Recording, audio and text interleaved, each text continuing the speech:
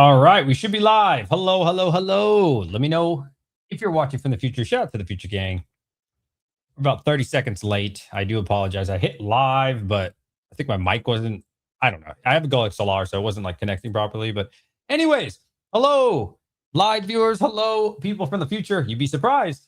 About 700 to 1,000 people watch after the fact, which is crazy. For the people that watch in the future, so hashtag future, let me know on average how long do you watch our live streams. So I'm very curious about that. I'm not too sure. Like, do people come into the past broadcast and they watch for 5 minutes, or are they watching for 10 minutes? I'm very curious. I'm very curious how long people watch. I actually watch a lot of people's live streams after the fact, and I generally watch most of it. Sometimes I watch all of it. It just depends who it is. Like, if they're talking good, good content, entertaining, I enjoy it, man. I don't know. I'm weird. Of course, if I could watch it like live, that's always ideal, but not always you can do that. Hello, everybody. What's up? Man, we have a lot to talk about. Video title today. And I'm probably going to do a video on this as well. So I'd love to hear you guys' thoughts before I do the video. Probably launch the video tomorrow. You're here in 2035. That's pretty cool. Let me know what the air's like in 2035. That threw me off. Okay. So yeah, a lot has happened in the last 24 hours. Holy crap, man. Holy crap. Lots of good things to talk about. But the video title today is A Set of Heroes is Unstoppable.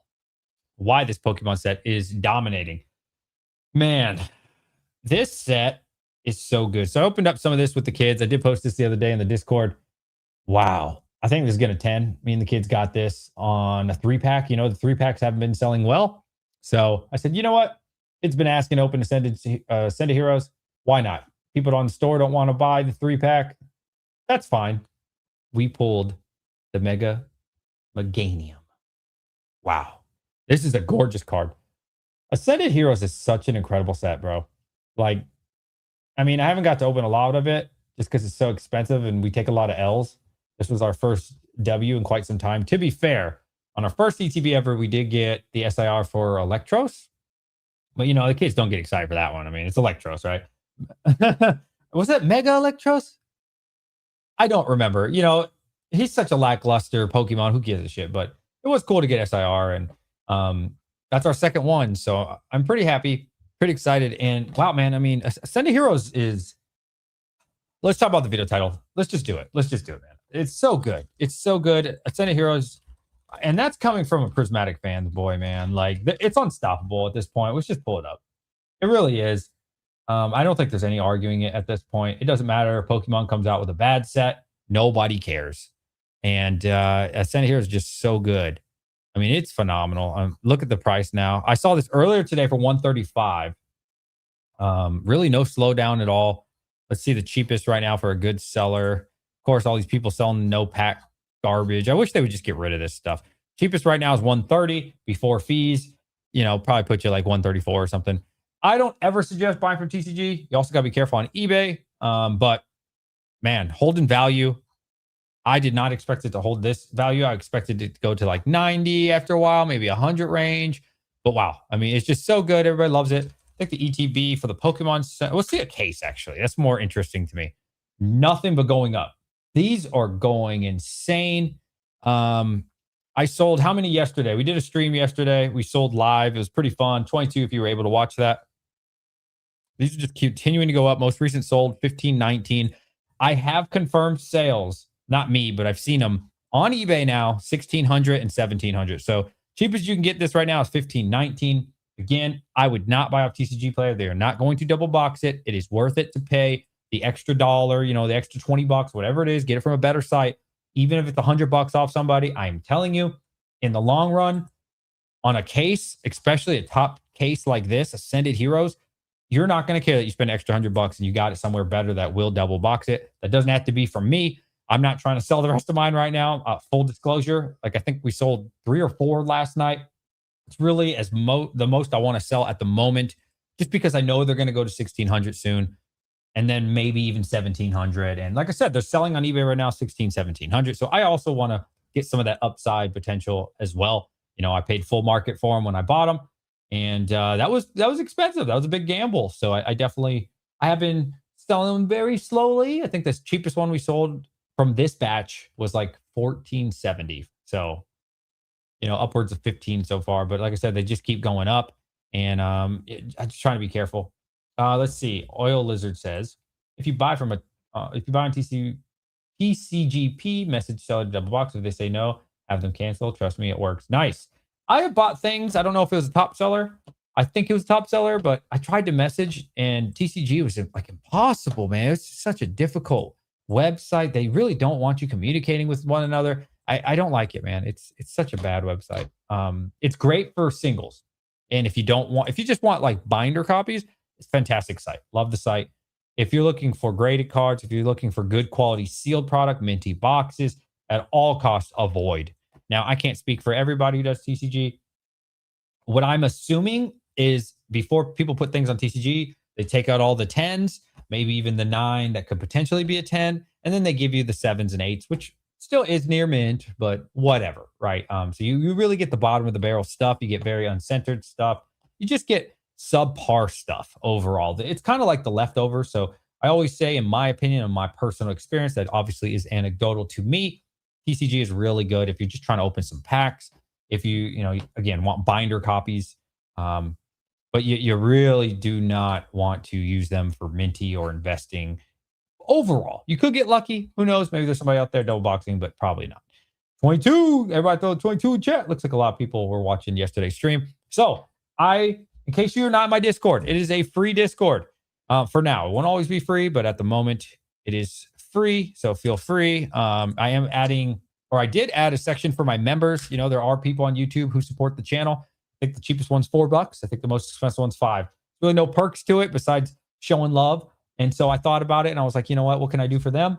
I made a members only channel in there. Again, the rest of the Discord's completely free, but I am going to long-term, don't hold me to it, but this is the plan for now.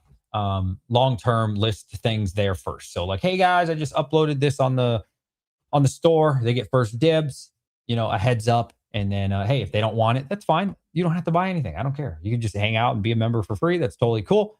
But you get first dibs at stuff, and maybe it's something you've always wanted. So I don't know. But anyways, we did an amazing stream yesterday. Incredible. Stayed up till like 2 a.m. with you guys. Oh, dude. I started packing orders. So I went to bed probably like 3:30 in the morning. So I stopped streaming at 2. Then I put most of the other stuff on the website. Took me about 3 a.m. to finish uploading everything. Wait, Phantasmal image shows Pokemon Center. What are you talking about? On my store? Ooh, let me check that. I just added a Phantasmal Flames booster box that we got in today. Let me see. Oh, shit.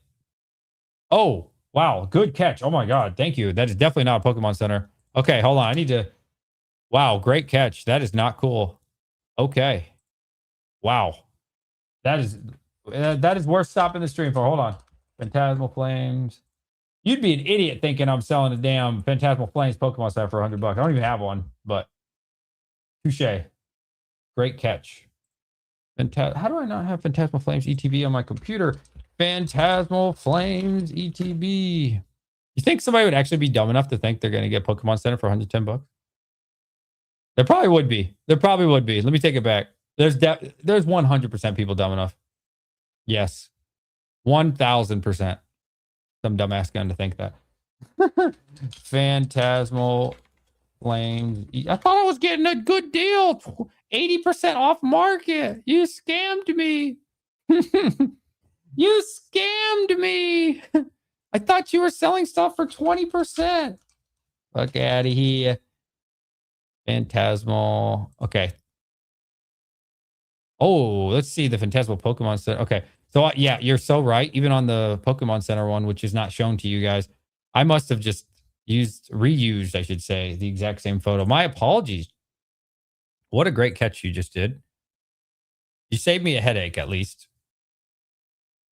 There we go. And delete the Pokemon Center photo. Great job, buddy. Good catch. See, this is why I love you guys, man. Thank you so much.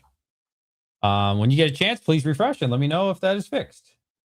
Hopefully that is fixed. That's a big deal, actually. So, What was I saying? DJ, how did y'all like the honey? Oh, dude, my son is addicted to the honey right now. He's loving it. Thank you so much, man. I love it too. But the son is like, he is ecstatic. So if you guys didn't know, oh, I forgot to bring it with me. It's downstairs. I'll bring it. I'll bring it up. Not right now. I'm so tired, bro. I'm so tired. Thank you, man. The honey's amazing. Yo, shout out to Jay Flynet, man. Seriously. He sent us some honey. He's a farmer. It was so good, bro. We've been putting on our chicken. We've been putting it on biscuits. We put in boiling water or hot water from the microwave. It is incredible, man. Thank you so much. But so anyway, so the day went by like this. So we stayed up till 2 a.m. streaming. I finished around 3:30, uploading the rest of the collection. I think I'm like 95% done uploading everything from that collection. And then I woke up like 7:30 because my daughter was screaming at my son for whatever reason. So they woke me up. So I, of course, couldn't sleep in. And I'm the kind of guy, once you wake me up, I'm up, which sucks. It's a very bad habit. I very much envy people who can go back to sleep. If I get up to pee, I can't go back to sleep. I'm that kind of guy, which sucks. It's like a curse. So, anyways, I'm up. I'm like, all right, let me get some coffee. I get some coffee and I start packing. I think I finished packing probably like 3:30, probably around 3:30. So I started, like I said, maybe 8:30 a.m. Stop. I never stopped, man. I think I might have taken like a 5-minute lunch break. That was it. So it took me about 8 hours or so, maybe slightly more, maybe slightly less. And I finally did all your orders. Oh my Lord. Guys, it was our record day by far. So I think last weekend or the weekend before. Yo, thank you for becoming a member, Race. I appreciate that, buddy. Thank you for supporting the channel, man. Thank you very much. I think what was I saying? My brain is fried. I'm just gonna be full disclosure. I'm hurting right now. This is the final product. Hold on. This is the final product. Wow, look at the size of some of these boxes, bro. That bottom, I guess your bottom left, that was 6 Unovas. Guess how much it costs to ship that? I think it was almost $50. This is why I don't like buying you a freaking Unova box, Blooming Waters, any of those big ones. Holy crap. I had to send a package to Hawaii today. Lost like $20 because they bought 2 of the prismatic, like long ones. But it's so oversized, bro. So you get oversized tax, and it was Hawaii. Oh my Lord, bro. Yeah, but it was nuts, bro. I am not. I'm telling you guys, I am not interested in Blooming Waters at all for the store. Now I think it's a fantastic product, but even those Sam's Lucario boxes, I'm done. I don't want them. If you have them in your collection, I am not paying the shipping. Don't send them to me. I'm not buying them unless they're like dirt cheap. Like it has to be so cheap, and nobody's gonna sell it for dirt cheap. Just letting you know. I sent like 3 large ass packages that were absurd prices just because it had like 1 Unova in it, or it had 1 prismatic tin that's this big, and I'm done with those things, bro. Like, it's just so easy to lose money on these big items, guys. So if you have a business, especially an online Pokemon card business, do not ship these items. I am telling you, even if you charge somebody $25, which I did, you're still going to lose like 15, $20. I'm telling you. Every time. It never fails. So you basically give it to them for free. Well, you know what I mean? Like all your profit gets eaten. You know what I'm saying? I'm telling you, don't buy these items if you're going to be shipping. Now, if you sell locally, you probably could do okay. If you're going to trade or something or sell locally, you'll probably be fine. But if you're going to send them on the internet, avoid at all costs. These things are horrible, but fantastic products. They wanted me to pay $100 to ship to Cali from Florida. That seems super fair. Yeah. That seems fair. Like I said, I sent 3 big boxes today. One was to Cali, one was to Washington, one was to Colorado. Colorado is crazy expensive, bro. It wasn't 50 pounds at all, Pentix. These were very light packages, like 7 pounds, 10 pounds. Yeah, it's just too big. So pirate ship or however they do it, USPS, UPS, whatever. Once it goes over a certain amount of inches, I'm guessing 20, you get taxed with like a $5, $6 fee just because it's oversized. And then I'm telling you, just the distance from East Coast to West Coast, even Colorado, it's such an expensive state to ship to. I thought it was more central, but maybe it's more Western than I thought. Yeah, dude, $60, $50 packages. Seriously. Do not buy these products if you're going to ship them. Washing pretty pricey for me. Washington is unbelievably, I'll tell you, from my experience, the most expensive ones anywhere on the West Coast, crazy expensive, but California stick out, Washington stick out, and then more central Colorado, unbelievably expensive to ship to. I can't think of what else. Cost me $42 to ship an ETB case to California. Yep. Yep. Same here. It's a nightmare. It's a nightmare, bro. So this is definitely a big challenge on my store, trying to tweak it to like, I added $2 to Cali in general. I can tell you that ain't enough. So then I said, all right, for the more medium weight stuff, I'll add $5. That has not been enough. And then for the heavy stuff, I was like, oh, I'll add 10. That's not been enough. So it's definitely a difficult challenge. Um, Hello from Hawaii. What's up, man? Yeah, Hawaii, the prices are really crazy, bro, because you have to use USPS and they make you do priority mail. So you have to ship it to them fairly fast. You can do a super cheap option. I picked the cheapest one. That shit was like $42 for the cheapest. So yeah, I'm telling you, man. Yeah. But anyways, I don't want to talk about that too much. But yeah, it was great. We did a fantastic stream. Can you guys guess the number? It was our record sales day in 24 hours. It was crazy, bro.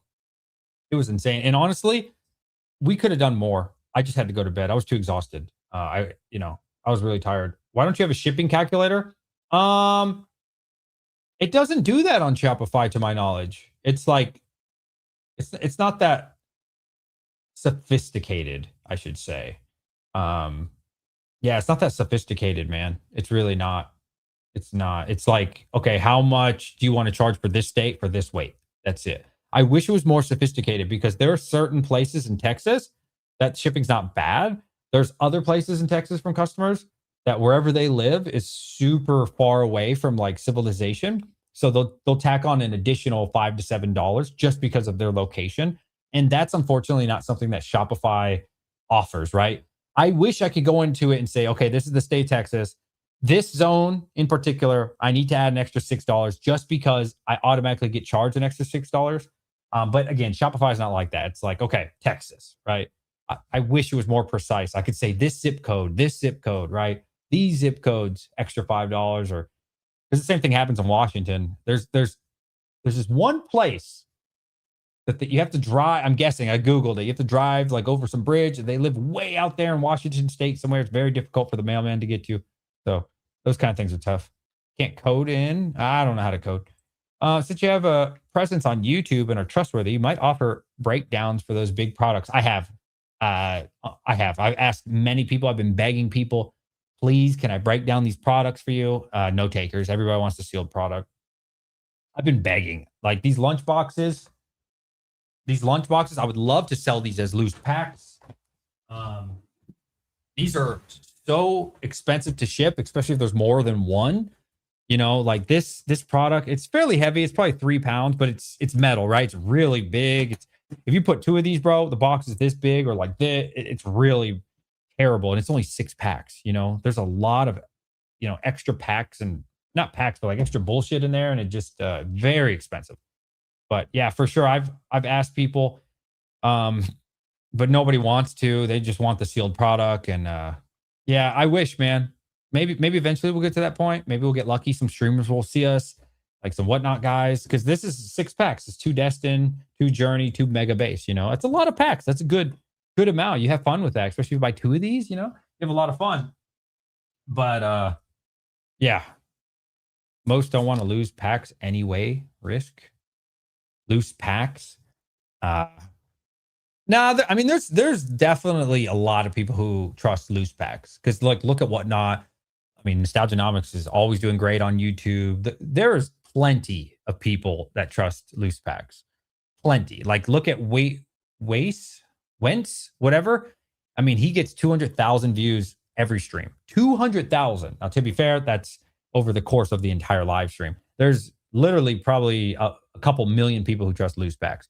I would say my audience doesn't because it's more investors. So they're looking to put on their wall. They're looking to make money off of it. They're looking to invest it. So I definitely would like to grow my audience a little bit more in a different way, but not too much, right? Like, but when it comes to investors and stuff, they're by far the pickiest. They want the sealed product. They want the mint. They're looking for the nice stuff. So I haven't unfortunately built that audience yet, but I do hope to one day get that. Is DJ evolving to becoming rip and ship? No. But I would love to sell the packs. You know what I'm saying? It'd be great. It would save me and you tons of money. We could both save cash.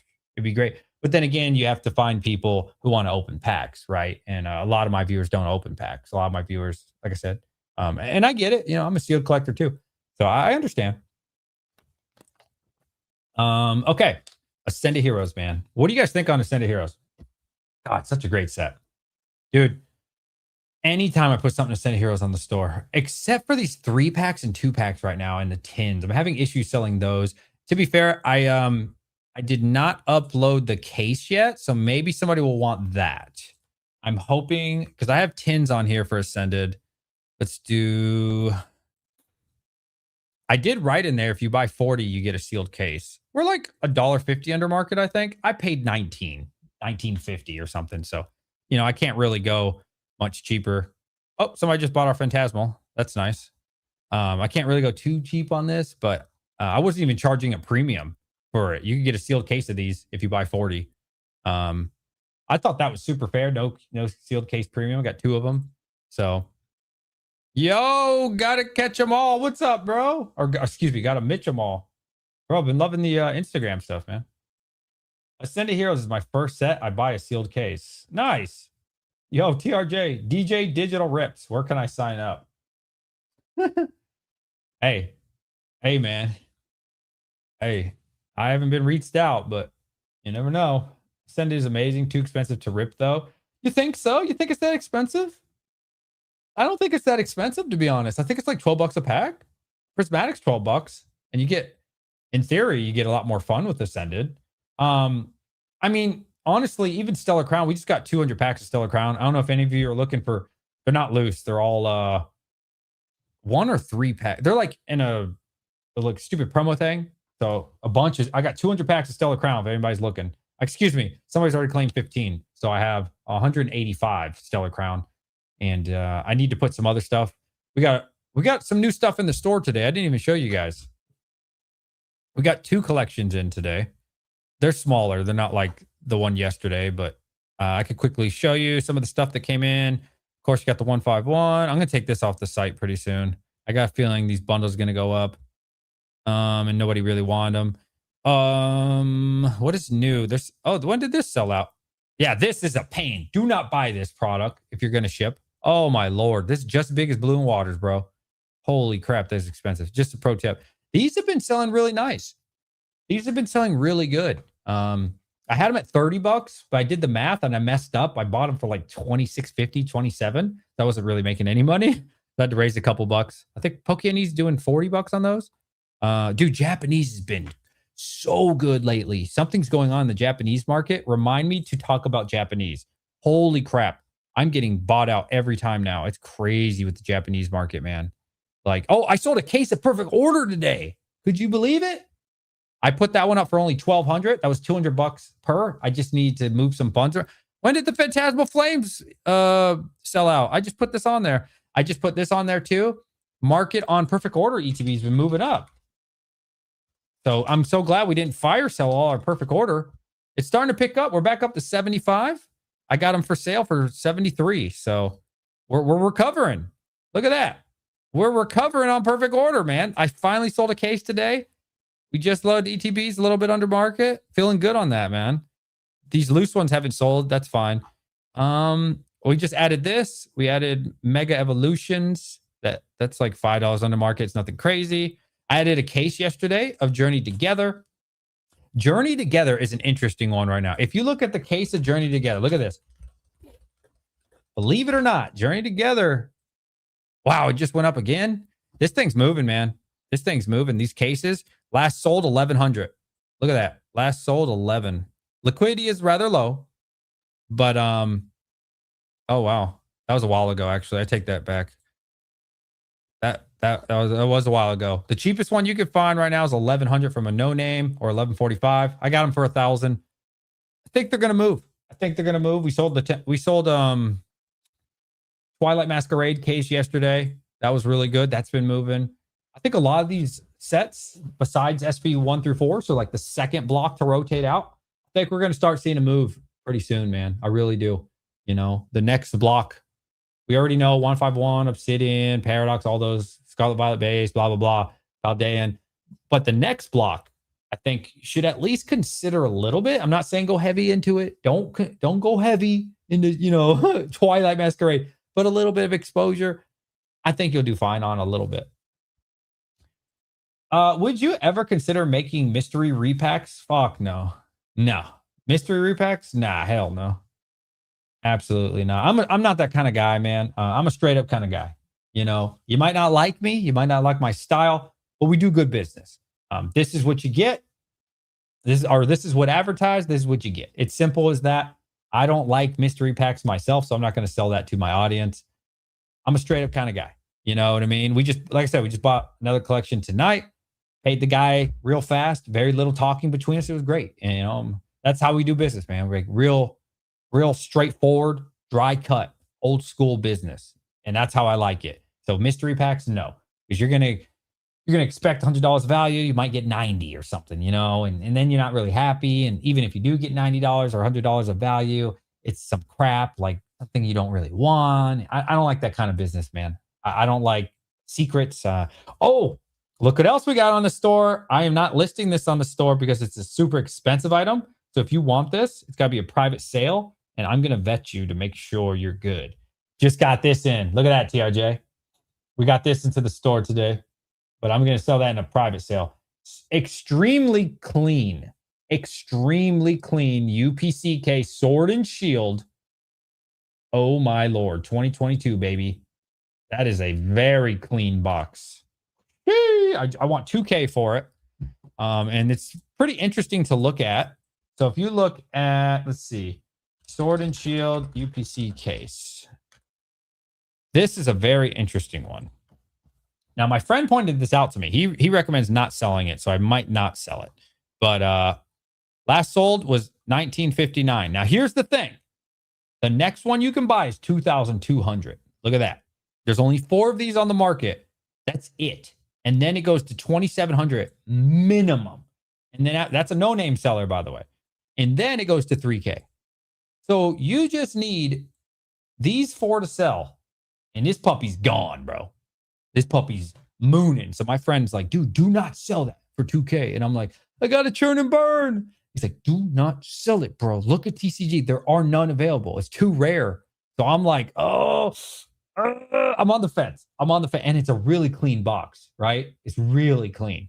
So that's something too, where I'm like, now if it was damaged, it had some label issues, I probably would 100% offload it. I'm on the fence. I don't know.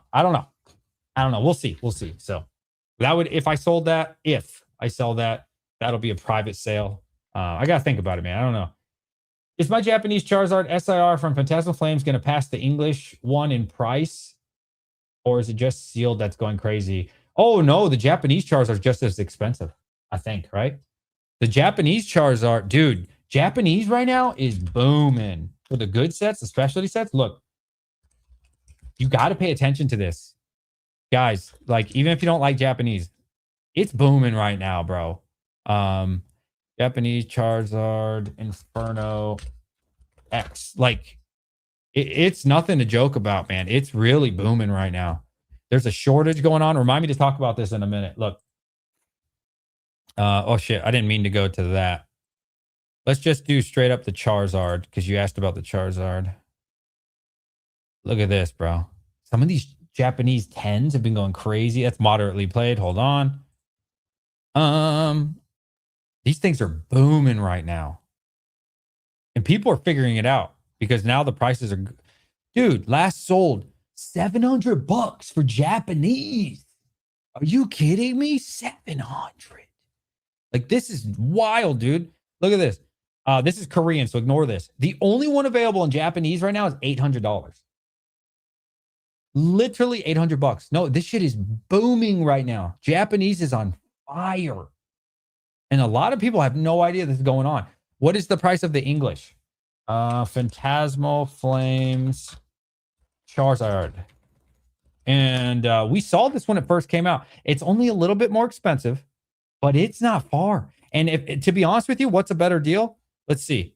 Last sold is only $620, bro. That's something we got to talk about. This Japanese last sold $700. Last sold English, 620, bro. To be fair, you can buy one for 750 next. And we said for the Japanese, 791. Japanese is outperforming English right now. Like, what? What is happening? What is happening right now? This is actually getting crazy. Wow. So this box has been moving a lot. Market price right now, 133. Last sold, 117. Be careful with the last sold. A lot of people are selling Korean. A lot of these numbers are fake. There's been massive buyouts in Japan right now. I'm just going to talk about it. Mega Dream. What's happening in Japan right now, and Pokey came on one of my streams recently, like just in the comment section. He says the same thing from his Japanese suppliers. Basically, the market for Mega Dream was like 95 or 100, something around there. All the Japanese suppliers came together, or maybe their boss, I don't know how it works, came together and said, okay, we want some of that English money, raise the price for Mega Dream to now 115, 110 to buy. So it doesn't make sense. We can't even buy this shit for a profit anymore. To buy it, you have to buy at a new price that if you sold it, you would lose money. And they're doing that with all the sets now, dude. They're doing it with the Team Rocket or Glory of Team Rocket, which is Destined Rivals equivalent. They're doing it with Black Bolt, White Flare, any of the new Japanese, especially the good ones. Bro, they're putting a chokehold on this shit, the prismatic version for English. Think about this. How much is the prismatic ETB? This is something I've been looking at, bro. You got to be paying attention to Japanese right now. A prismatic ETB is going for 172 market, last sold 175. What is the equivalent going for? What's it called? Terrestrial Festival? It's not that far behind, bro. It's not. 122. Don't believe that. It's probably some Korean stuff. I can't buy these for that much. I literally couldn't buy these for 122 if I wanted to from suppliers. I'm seeing 120, but I'm telling you, this is already in America or something. If you want newer product that's not already out, so like whatever's already in the States can be a little cheaper for now. But if you want to replace that, it's going to cost way above that, closer to the English price. They are raising Japanese now to not quite match English, but get so much closer. Before the gap for Japanese made sense, right? You'd be like, okay, I'm going to buy Japanese and pay $70 or $80, right? Because the English equivalent's like 120, 140. You know what I mean? Now it's like, oh my God, they're so close. It's like, is it really even worth it to get the Japanese compared to the English? And it's crazy, dude. Like Inferno X, like I said, costs more now than the Phantasmal Flames ETB. Phantasmal Flames ETB, I think market's 110, sometimes 115, depends when you look.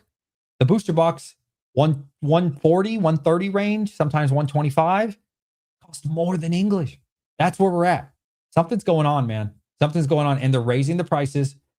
All of them are just raising the prices, and then MSRP should be getting raised. I want to say in May or June, somewhere around there. So, guys, expect it. Expect a hike. Things are changing. If you already have Japanese right now, good for you. Like I said, I've had many people buy me out. All my friends are getting bought out. The English supply is starting to dry up, and if you want to replace it, you're gonna have to pay a crazy premium to replace it. It's tough, man. It's tough out there in these streets. And it's crazy because like Pokey has been saying for years, and really everybody, hey, if you want to start selling with your Pokemon business, start off with Japanese. But right now, if you're starting off a Pokemon business, it's tough, bro. If I was starting off right now all over again, day one, and I wanted to go in Japanese, you couldn't. You really couldn't. Because if you buy the shit for 120, 110, a booster box, and then you got to sell it to the States for 105, you lose money every time. It doesn't make sense, right? So things are changing, things are adjusting, and I got very interesting messages. And somebody else talked about this today. I think it was Pokey Chalet. How you say it? Pokey Chalet, the Canadian guy. I love watching his videos. Great guy. He was talking about the same messages that I've been receiving from Japan, from his suppliers that are saying, how much would you pay for Mega Dream? I was asked that. I said, why did you ask me that? It's just a very strange thing. I've been using them for months now. They never asked me, how much would you pay? I said, honestly, I'm not buying more specialty sets right now because it costs more than I can sell it for. They said, yes, but what's the highest number you would pay? So they said they're doing surveys because the 30th is happening. So they know that they're about to raise the prices even further. MSRP is about to be risen, I think $5, $7, whatever it is, already on top of that. But now they're going to gouge a little bit more. You know what I mean? So I lowballed him. I said $95 for Mega Dream. He said, "Whoa, that's way too cheap. That's too cheap." I said, "Yeah, I want the price to come down, not up. The lower you have the price, the more I can sell." You know what I mean? Like, I don't want to pay more money because I got charged more and nobody would buy it for a higher price. So a lot is going on in the background right now, Japanese, man. I think it's going to, I don't want to say it's going to affect English, but I think it's worth watching to see what happens. How about that? I don't want to commit to saying it's going to 100% affect English, but I think we should at least be monitoring it and see what's going on.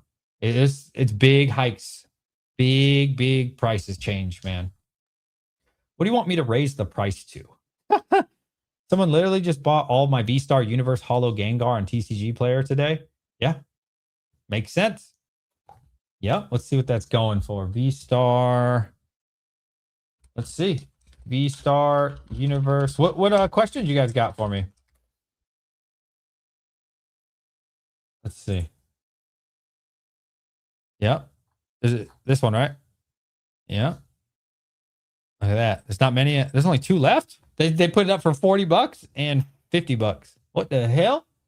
What the hell is going on? I'm telling you, behind the scenes, if you ain't paying attention, there's a lot going on right now. Market is hard to understand for Japanese right now. Yeah. Are people finally realizing that English text covers the face of Charmander? Everybody knows that. I honestly prefer the Japanese version because of that, but I'm a big Japanese collector. Yeah, you're definitely super biased. I mean, the money's always been in English, right? Like, there's no question there. But it's interesting to see. It's not just Charizard, though, dude. Like, if it was just Charizard and Inferno X, I'd be like, okay, I get it. No, dude, this shit's really booming right now. Like, there's a lot of sets booming, a whole lot. And I can't keep it in stock, man. Every time I restock it, it's just boom, boom, boom, because there's big players out there and they know that it's drying up in the States for a good price, at least for a fair price. It's drying the hell up. And that's really unusual, right? Because Japan, they generally don't have the same problem that the States have. The States, man, we don't get a lot of product. They pretty much print to demand in Japan. Something's going on, man. I don't know. I've heard fake thing, maybe it's fake. Some people say crazy stuff like, the Yakuza's buying it up. I don't know if that's true or not, but it's weird. It's really weird how we're not getting shit. It's all dry. Prices to the moon. I don't know, man. A lot going on. Anyways, what do you guys got for me? Please, if you have a question, of course, as always, super chats cut the line, but at least make it easy for me to find your question. Use a couple question marks or stop sign or something that just helps a lot. So I appreciate y'all. All right. So while we're waiting for questions, man, what's your word on chaos? I love the ETB. I think it's a phenomenal looking ETB. I will 100% be looking to buy that for my personal collection. If nothing else, just have one behind me. I think it's a fantastic. I'm a Greninja fan. I don't think it's the best looking Greninja in the world. I prefer Twilight Masquerade's Greninja. But that being said, I think it's a great looking ETB. It's a little childish for me, but I get it. Pokemon, I'm not gonna get mad that they're making him look a little childish, the Mega one. But I like it. I think the set overall is kind of mid, but it's definitely better than Perfect Order, and I think it'll do okay. Ninja Spinner didn't sell fantastic for me. I did end up selling out, but I only bought 20. I did not go heavy into it, or was it 10? I don't know. I didn't buy much Ninja Spinner. It's either 10 or 20. Yeah, I just didn't think it was going to be a big hit, so I'm glad I didn't buy too much. But it did end up selling out. What's your plan for Ascended Heroes long term? Oh God, such a great set. I wish sometimes that I was just investing because all these cases I'm getting, all these ETBs I'm getting, I wish I could hold them all because I really believe in it. I think Ascended Heroes probably is one of the best sets ever made. Probably. Such a great set. Could we come down on Costco, Sam's drops, drop it to 80, 90? Sure, that's possible. If that happens, absolutely buy more, load the boat. I love it. I love Ascended Heroes. It's awesome. So good. Long term, you want to hold as much as you can. Unfortunately, most of the cases that I'm holding, I've had to sell. I think I have three downstairs left that I need to sell, but I don't want to sell them right now because it's only at 1500. I'd like it to go to 1600. Once it goes to 16, I can sell them, make a little bit more profit. Um, but yeah, I think they're going to go closer to 2K and just keep going eventually. Who knows? Maybe it'll go down in between, of course. But long term, yeah, we'll go well above 2000. It's not going to matter that much if you paid 15 or 14 or 16. As Rudy always says, you won't really care. Not with a set like this. Yeah, I would want to hold as much Ascended Heroes as you possibly can, for sure. Yeah, such a great set, man. Fantastic. Prismatic Bundle 7080 are starting not selling very fast on Marketplace. Do you there? It's starting. I'm guessing you mean think. Do you think it's starting to hit a point in price where it's not very affordable? Nah, no, not at all. Not at all. No, there's everybody loves Prismatic. I sell my Prismatic instantly. Um, I would say most people probably are looking for a deal at this point. Here's the thing. When with Pokemon, most people are Timmies, right? Most people chase the highs. So when Pokemon goes up, right? That's when people buy. They're dumb, okay? They see Prismatic make a move up and they say, "Oh wow, it's more expensive than it's ever been. I need to buy into that." You understand? This is something I need to chase because it's right now, I'm making up fake numbers here. It just hit 85. Oh my God, now it's going to 100. I have to buy now. You see what I'm saying? The smart people obviously bought when it was down, but the next smartest person buys when it's slower and consolidating. Times like now, right? Right now, it's probably a little bit easier than it was a week ago because it's not doing much. It's at like 78. It's just sitting there. It's just sitting there. Tons of opportunity, right? You're just launching up. It's kind of like a coil, like a spring, and it's ready to shoot up. You know what I mean? Right now, we're going through a lot of reprints for the booster bundles. I heard somebody say that they got my Prismatic booster bundle case. So I'm so glad that it came to you safely. Thank you for that. We sold out on Prismatic booster bundle cases, but these things just reprinted. You know what I mean? So you got to wait for those to slow down a little bit. But the smart people don't buy as it's going up and chase it. They buy times like now when it's slower. So no, I think Prismatic will be 100% fine. I think it's a great set. It's one of the best sets ever for me, at least, and certainly one of the best sets in Skull and Bot. You'll be fine. And if it's not selling very well in your local area, then offer them a couple bucks less, and maybe they'll take it because it didn't sell really fast. So use that kind of stuff to your advantage. Absolutely, it's a great set. No, I don't think people are priced out at 70, 80 bucks at all. At all. No way. Now, obviously MSRP gang, but MSRP gang doesn't buy anyways. So it doesn't really matter. You gotta start a slab collection, says Anna. What's up, Anna? That's a very nice photo, by the way. If it makes you happy, I'd say go for it. Sure. Yeah, why not? If you like slabs, some people like singles. Some people just like looking at their card. I love slabs myself. I'm a big fan. I love preserving my cards. I know that if, my kids come over and they try to bend it, I'm good to go. Or if it drops, I'm good to go. I like that. I also come from collecting comic books where it's very normal to preserve your comic books then too. Because a lot of these things are very expensive. You know what I mean? And you can see them as an investment or whatever. Maybe you just want to collect it and, ultimately, if some water gets splashed on my card, I'm screwed. If some water gets splashed on my slab, it doesn't really matter. If I drop it in a puddle, which I don't know why you'd have it in a puddle, but you never know. You drop it in the sink or whatever weird situation could happen, you could lose a lot of money. So yeah, I personally like it a lot. I love preserving my cards. Just bought 2 Ascended Heroes ETBs for 300 Canadian. What is that in freedom dollars? Let me see. What is 300 Canadian? It's like $1. 300 Canadian to US. 215. Okay, that's pretty good. I think what we say market was like the 120, 125 range. Yesterday, Ascended Heroes market was 135. So I'd say you did pretty well. Yeah, you did fine. That's a good job. Question: if you're holding long term, how liquid do you think Prismatic ETBs will be at $500 compared to Ascended Heroes poster collection at $300? Hypothetical speaking, 2 to 3 years from now. Wow, that's a lot of what ifs and hypotheticals, huh? That is a lot of hypotheticals. So we're assuming prismatics at 500 bucks. We're assuming Ascended Heroes poster is 300. I would think 300 would be more liquid because it's not quite half, but it's pretty close to half. You have to understand the more expensive things get, the less people can afford them. Now, how many people can afford 300 bucks? A good amount of people can afford 300 bucks. How many people can afford 500? Not many. Not many. You know, 100 bucks, a lot of people can afford it. 200, an okay amount. 300, not bad. But as you get higher and higher and less people can afford it. The thing is, if you only have one, it doesn't really matter. You know, if you got one ETB, five ETBs, 10 ETBs, it won't matter. You'll be able to sell those prismatic like it's nothing, even at $500 years from now. It's fine. If you have cases and you got 100 or 200 ETBs, that's a really different situation. So now you got to find some whales, which arguably could be a lot more difficult.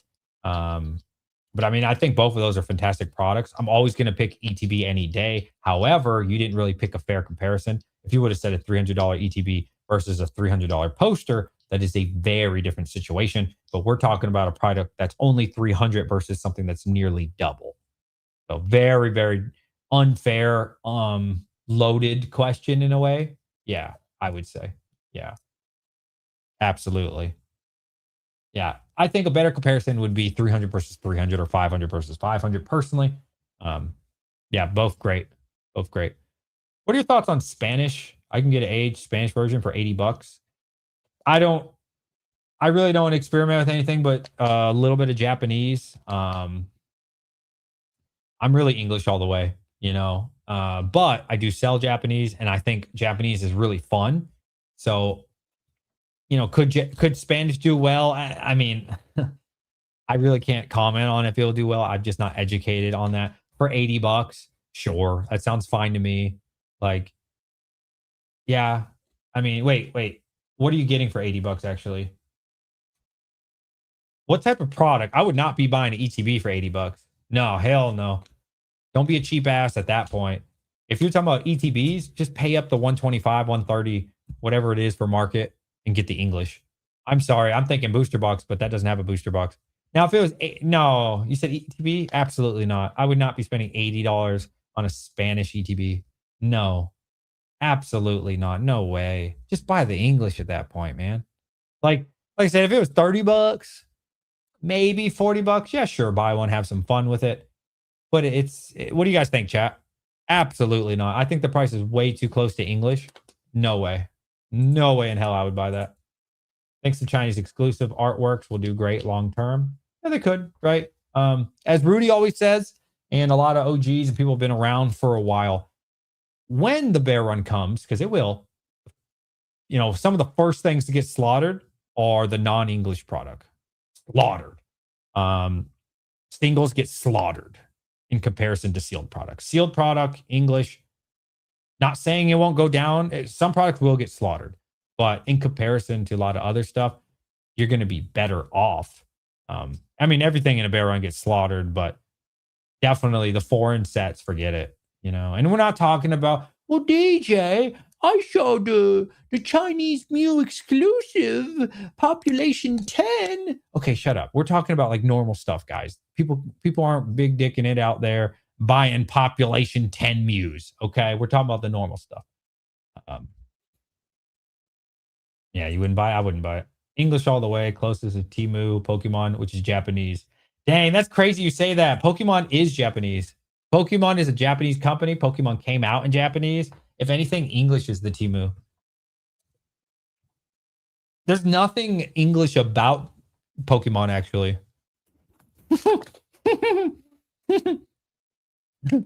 Damn, that's crazy. That's actually crazy. The Japanese company.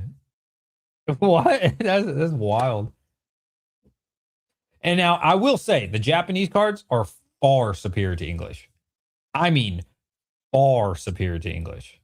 Have you ever got a chance to look at like a card, like an Umbreon Japanese raw, and then compare it to like an English? Bro, it's night and day difference.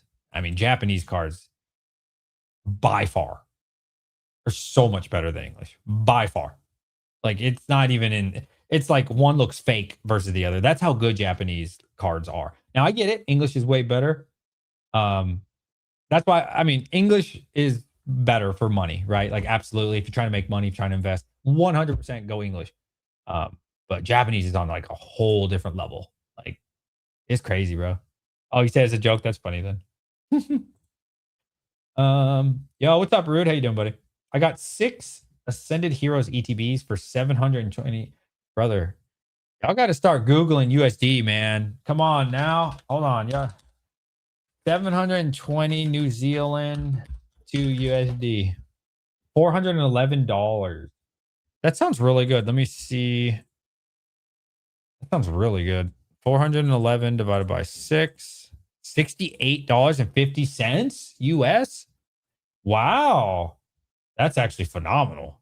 Good for you, man. Hell yeah. If I buy mini tins for Ascended Heroes, can I get a sealed display? Did you add a acrylic case option? No, I don't have any. I don't, yes, I do. So you're talking about the cases I have available? Yeah, you can buy a sealed case. I'm not even charging a premium for it. If you buy 40 of these. Yeah, if you buy 40 of these, I will give you a sealed case.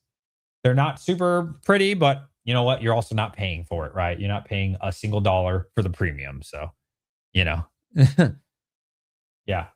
This is what you were talking about. Yeah. I'll give you a sealed case. Just buy 40. If there's not 40 in stock, let me know. I can load it up. I have 2 cases available. I have 2 cases available. Oh, somebody actually used the stop sign. Look at that. I love that.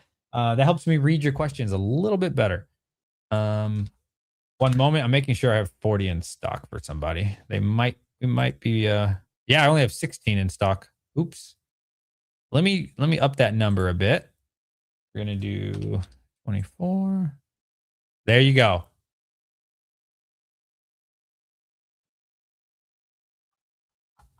And if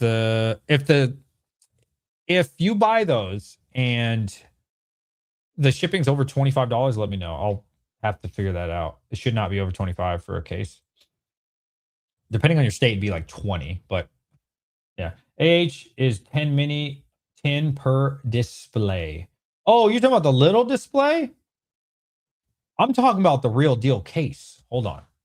Hold on, buddy. You're talking about the little one? Hold on, buddy. Give me a minute.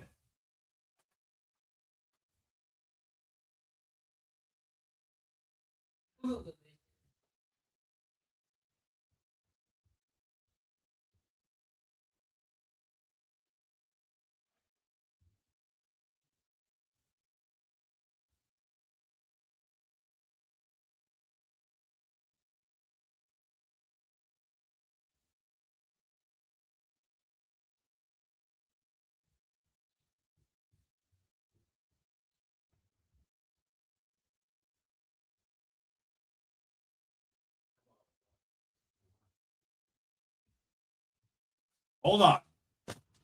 You're talking about the mini display? I'm talking about the Big Bertha. We're talking about the real deal here. People who really need quantity. So here's an open one. That's the open one. You talking about the little version, like the display, the like small one? This Big Bertha right here. You want some serious packs. You want to have a party with your friends. This is for the big boys. These are the cases.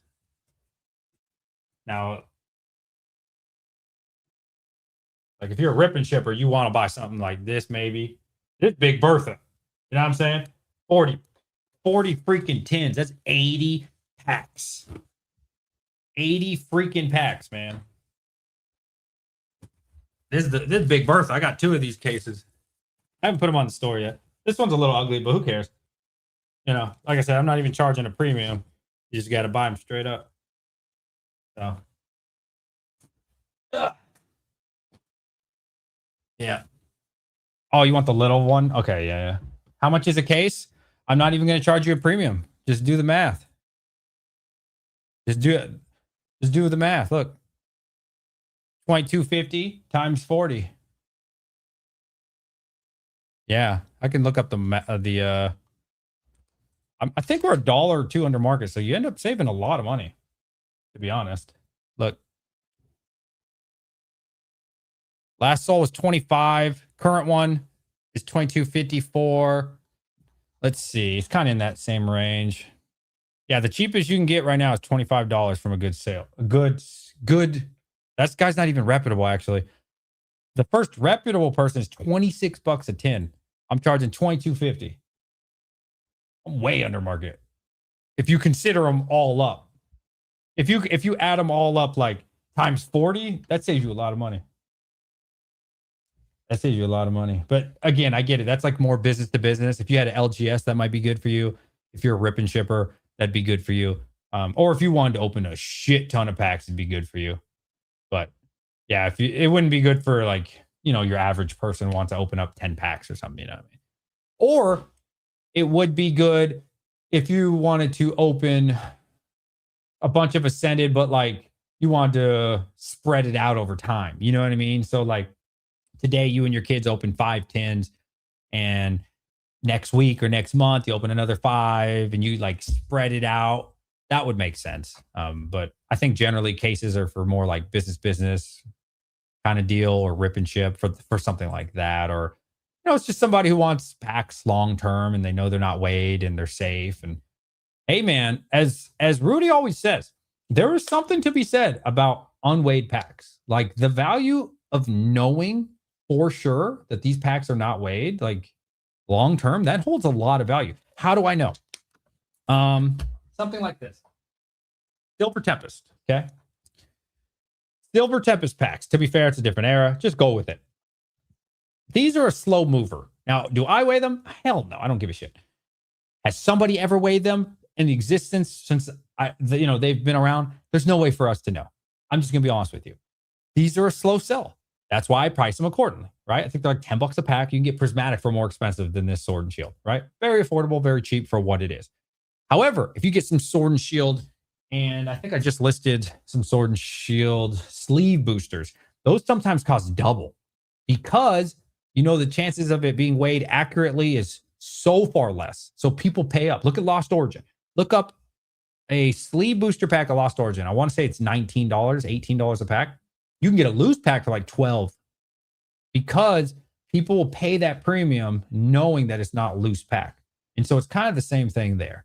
So long term, like it's good to know, man. Like you'd be surprised. People will definitely 100% pay up for security, knowing that they're safe.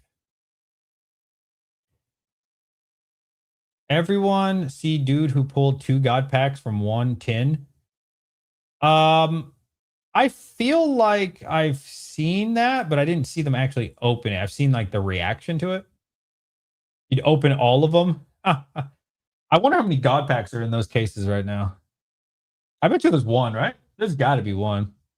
You ripped 5 ETBs. How'd it go? Stop the cap. LOL beer. I've actually been craving a beer. I only drink like twice a year. I've really been craving one. I just get busy, man. Sounds really good. I don't have any beer though. 151 loose packs are going for $30 plus very soon. Yeah. That's why on my store I have there's really no deals for 151.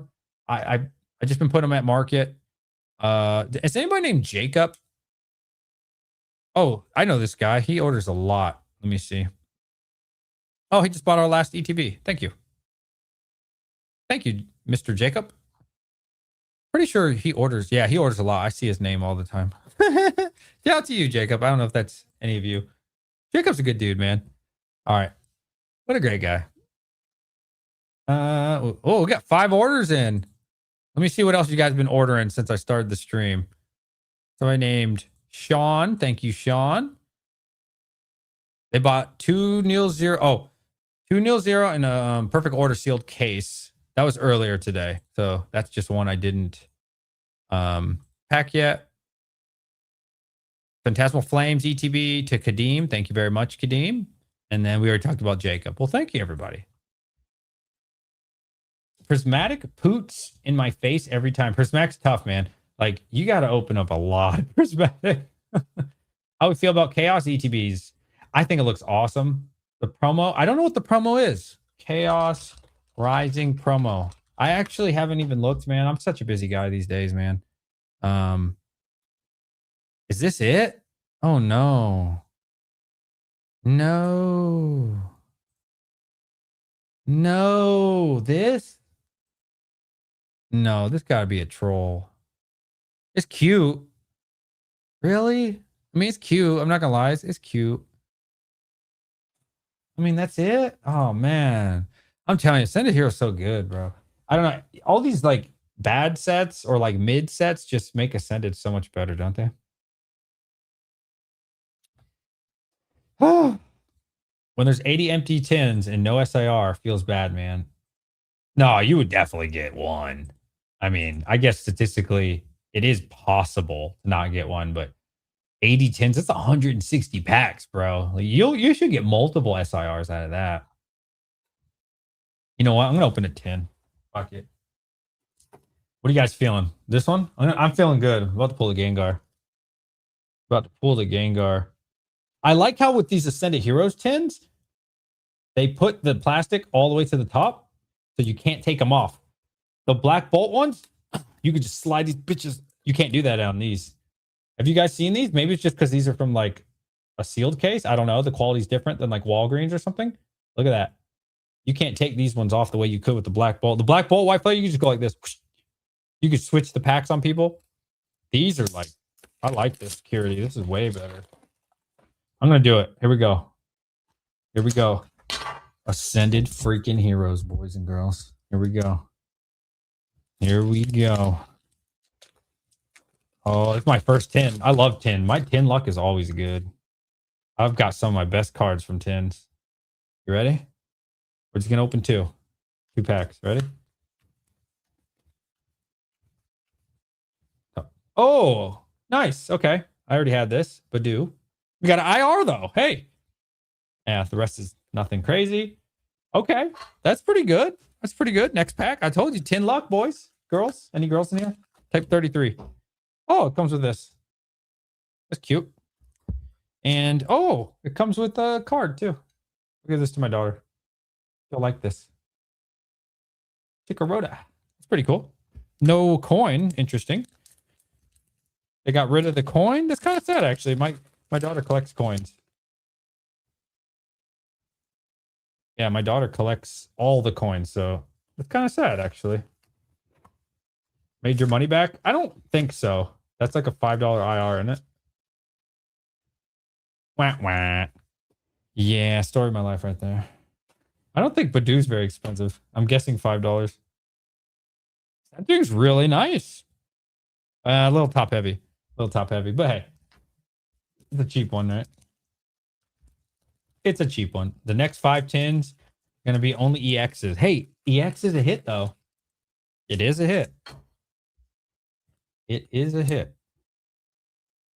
You can't complain on that. Got 1 SIR from AH and 1 SIR from Traumatic. I have pulled Umbreon, no God packs. Umbreon, Sylveon, Flareon. My son also pulled a Flareon. I don't think we pulled Vaporeon. Jolteon. We never pulled the Espeon. I had to buy the Espeon. Is there one more? Can't remember. We never pulled the Eevee. Yeah. It's 13 playable. Is it really? Is this playable? I don't know anything about playable. Itchy Pollen.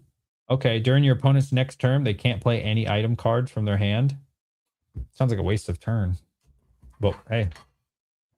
Yeah, Flareon, man. I pulled it and my kid pulled it. That was awesome. I'll tell you what, though.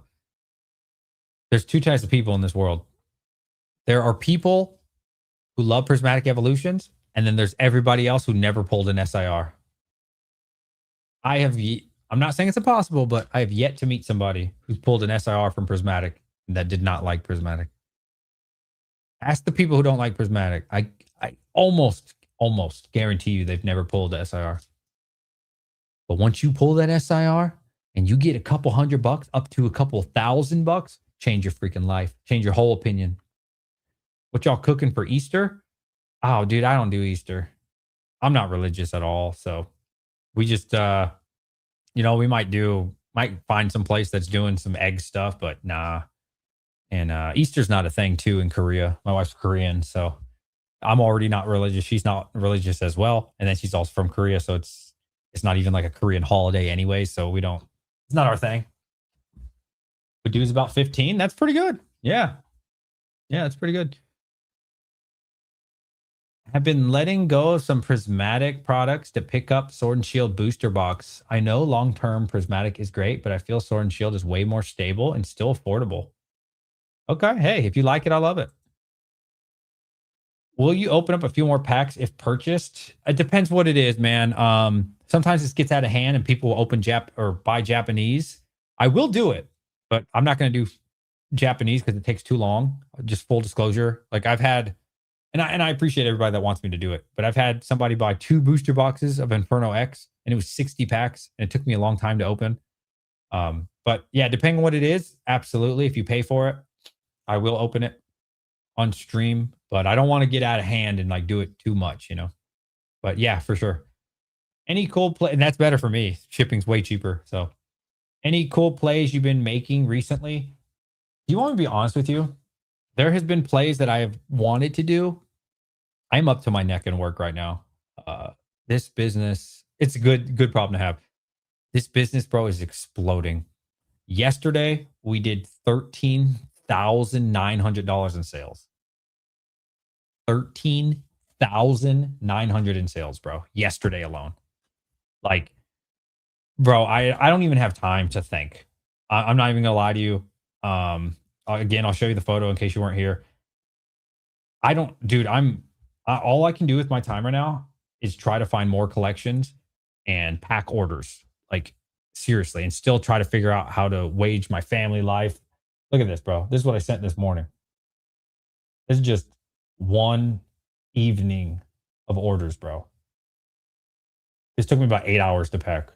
Like, bro, I'm up to my neck, literally. I'm barely making it right now. Like, and I'm trying to buy. I got to find more collections. If you guys have anything for 80%, I could use things at 80%. I'm really not at the moment. I'm not looking for any 151 products. I'll take it if that's all you got. I really don't want to buy it. I need the hot stuff, of course. Who doesn't? But I just need more inventory. I just got offered a $40,000 collection, so I'm really excited about that. We're working out the details. I'm not going to get too excited because sometimes they fall through. It is what it is. But it's 80% and it's about $40,000. So you guys want to know some of the stuff in it? If I can find them, I talk to so many people a day, bro. Like so many collections now. Let me see. I'll tell you some of the things in it, but again, we'll see if it works out. I hope it does, but um, so some of the things are 12 booster boxes of Lost Origin, 6 Brilliant Stars booster box. These are all booster box. Paldea Evolve, 6 of those. 5 Phantasmal Flames, again, all booster boxes. Astral Radiance, 6 of those. 2 Obsidian Flames. 8 Twilight Masquerade. 4 Stellar Crown. 6 Mega Enhanced. 9 Temporal Forces. 6 Vivid Voltage booster box. These are all booster box. Paradox Rift, 8 of those. 20 151 booster box in Japanese. 6 Surging Sparks booster box. 6 Battle Styles.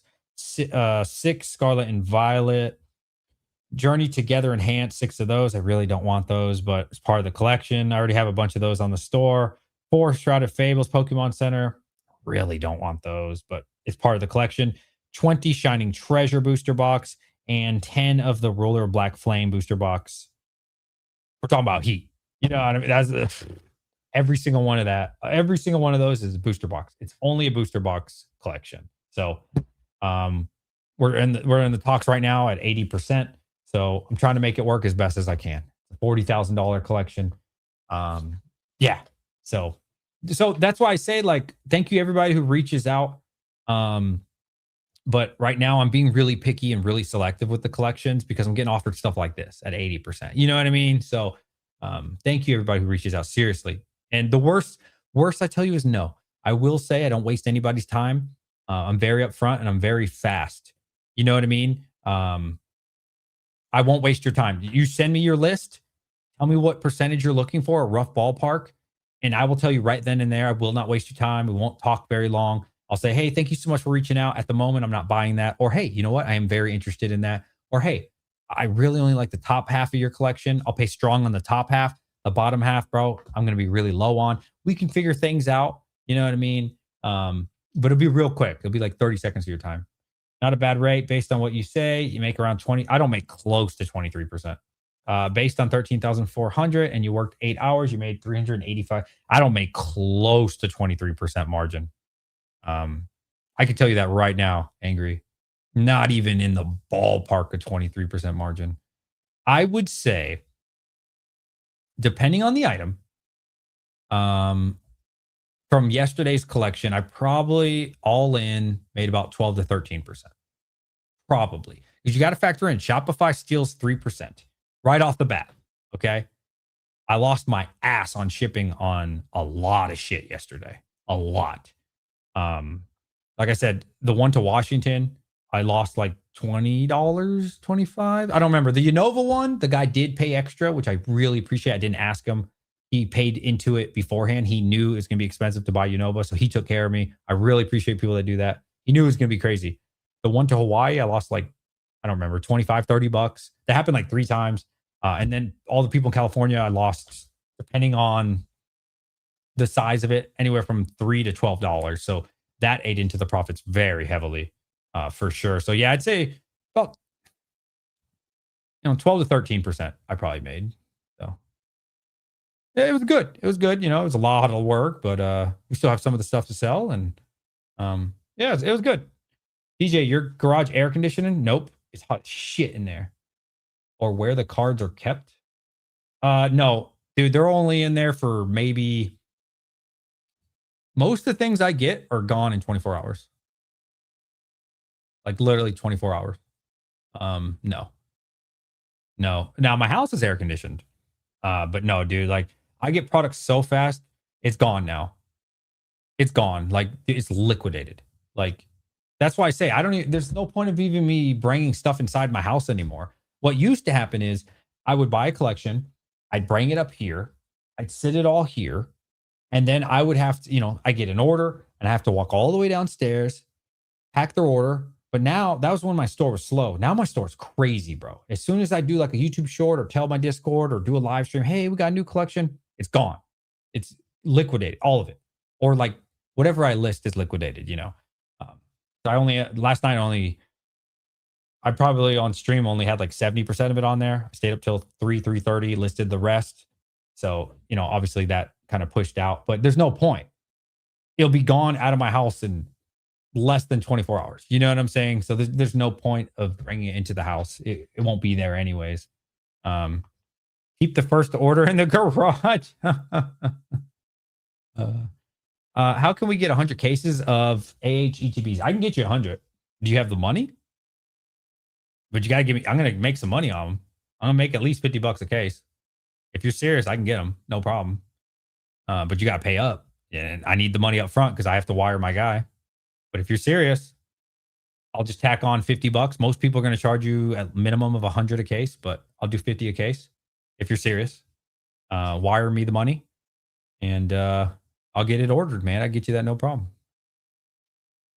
Well, maybe 100's a problem. I know I can get 50. I know I could get 50. Potentially I get you 100. Let me say, yeah, let me take that back. I could definitely get you 50. 100 might be difficult. I could try. Worst I could say is no, but you would have to be very serious and ready to move. So these people don't play at all, man. When it comes to money and you're ordering cases, anything over 10, you need to be ready. Like nobody wants to hear, well, I got to get the money together. I need time. I got to talk to my wife. No, you need to, okay, I'm ready to go to the bank right now.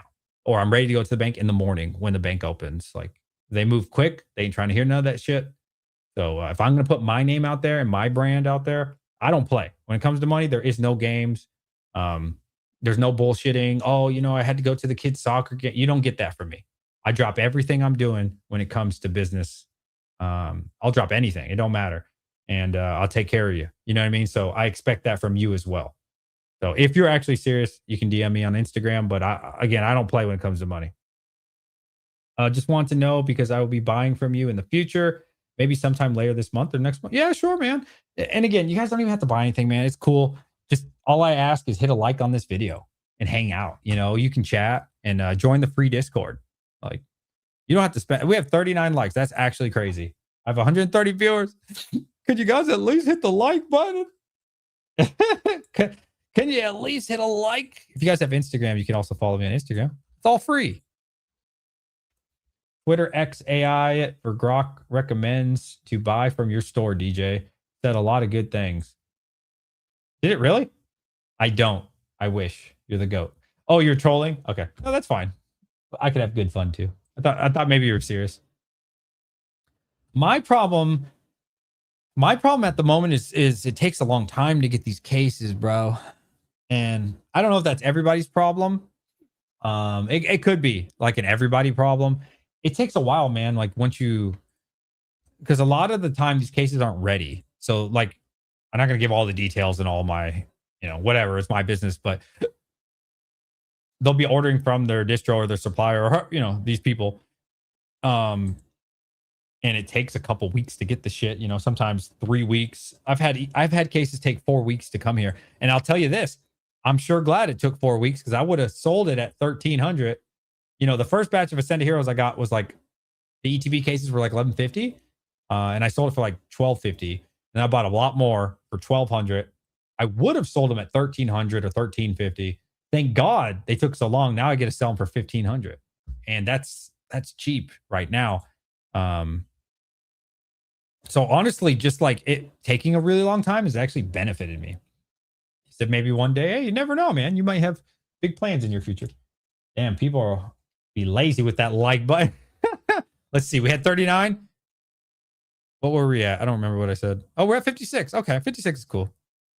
At least it's better than 30. But dude, like, it's interesting, man. Like buying collections on Facebook is different. I very rarely buy a Facebook collection. The recent one we did it, we actually got a Facebook. To be fair, he's a viewer of mine, so that made it a lot easier. It's the power of the internet, man. Just placed order 1662. Well, thank you, man. Let me see what you got. Again, guys, you don't have to order anything, man. Like, but if you need to verify something, okay, I will clock you in so that way I don't get scammed anymore. Wow, that's $1,000. What did you buy? You bought 20. You bought half a case of Ascended Mini Tin. You bought 2 Black Bolt binder. You bought the remaining 3 151 bundles I told you I was going to take off the store. And you bought a 151 poster collection. Okay, so I will verify this. Thank you very much, my friend. Yep, I verified your order. If any of you are in here and you ordered tonight, tell me your order number. I'll verify it. So do not get scammed. Here's the thing. Either way, you're always going to get scammed on the internet. It sucks. You're going to get scammed, right? You're going to get chargebacks. You can try your best to combat that. So something new that I've been trying, I learned it off this guy. I think he lives in Mexico or he's Mexican and he lives in America, but he has distro. He's got a very humble sized YouTube channel. Can't think of his name, but I was watching him and he recommended on Shopify to not capture the payment method. And so I started doing that. So now I have to manually do it. It's so much better because this is what was happening. Order 1662, reallocate me. Or relocate me. Okay. What was I saying? So before I had it automatic pay. So as soon as you charge your card, you get charged. But if you're scamming me, a lot of the time Shopify will tell me like, hey, alert, this person is high risk. They have charged back other people. And so it'll tell you that information. So at that point, I don't take the risk. I just cancel their order. When I do that, I get charged 3%. So you do not want to get charged 3% because you also have to understand there's a lot of trolls out there. They'll order stuff and then they'll cancel. So even if they cancel, you still could lose that 3%. Now you should put it on your customer. That's their fault for canceling. Under any circumstances, it's just their fault. But you still going to have to pay at 3%. So instead, what you do, instead of automatic capture, you do manual capture. So you never take the payment. So now it takes a little bit longer, but I personally recommend it to all of you. If you have a Shopify, I would imagine Wix is similar. I've never tried Wix, but for Shopify, if you have an online Pokemon card business, please set up manual payments. So I will look at the order and, oh, here's another one. Here's a big scam that people have been doing. we do not offer, or I say we, it's just fucking me. We do not offer international shipping. A lot of people are trying to circumvent that right now. They're ordering to Florida, they're ordering to, I think, Delaware. Chicago's got a big port. On the West Coast, there's a bunch of ports. So you'll know, Pokey told me this. I'm thankful for him. You'll see the address will be like CX44888899. And what that is the shipping container that they're sending to. And so you'll see a really weird address. Like a normal address would be like 123 Cake Street. No, this is X44CR999. And sure, it's being sent to the States, but really they're tricking the system and they're tricking you if you're not aware of this trick. Thankfully, Brian had already warned me. So now every time I see a port forwarding, it's in my rules. I tell everybody I do not do international shipping. Sorry, not going to happen. Too much risk, too many scams, not going to happen.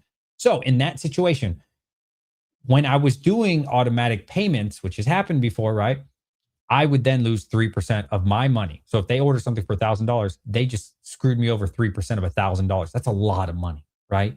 A whole lot of money. And you do that a couple times, you lose a lot of money for your business.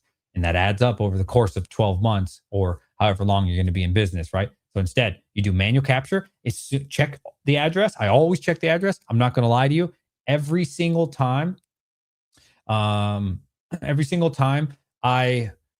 get an order, I look at your guys' address and I see where you live.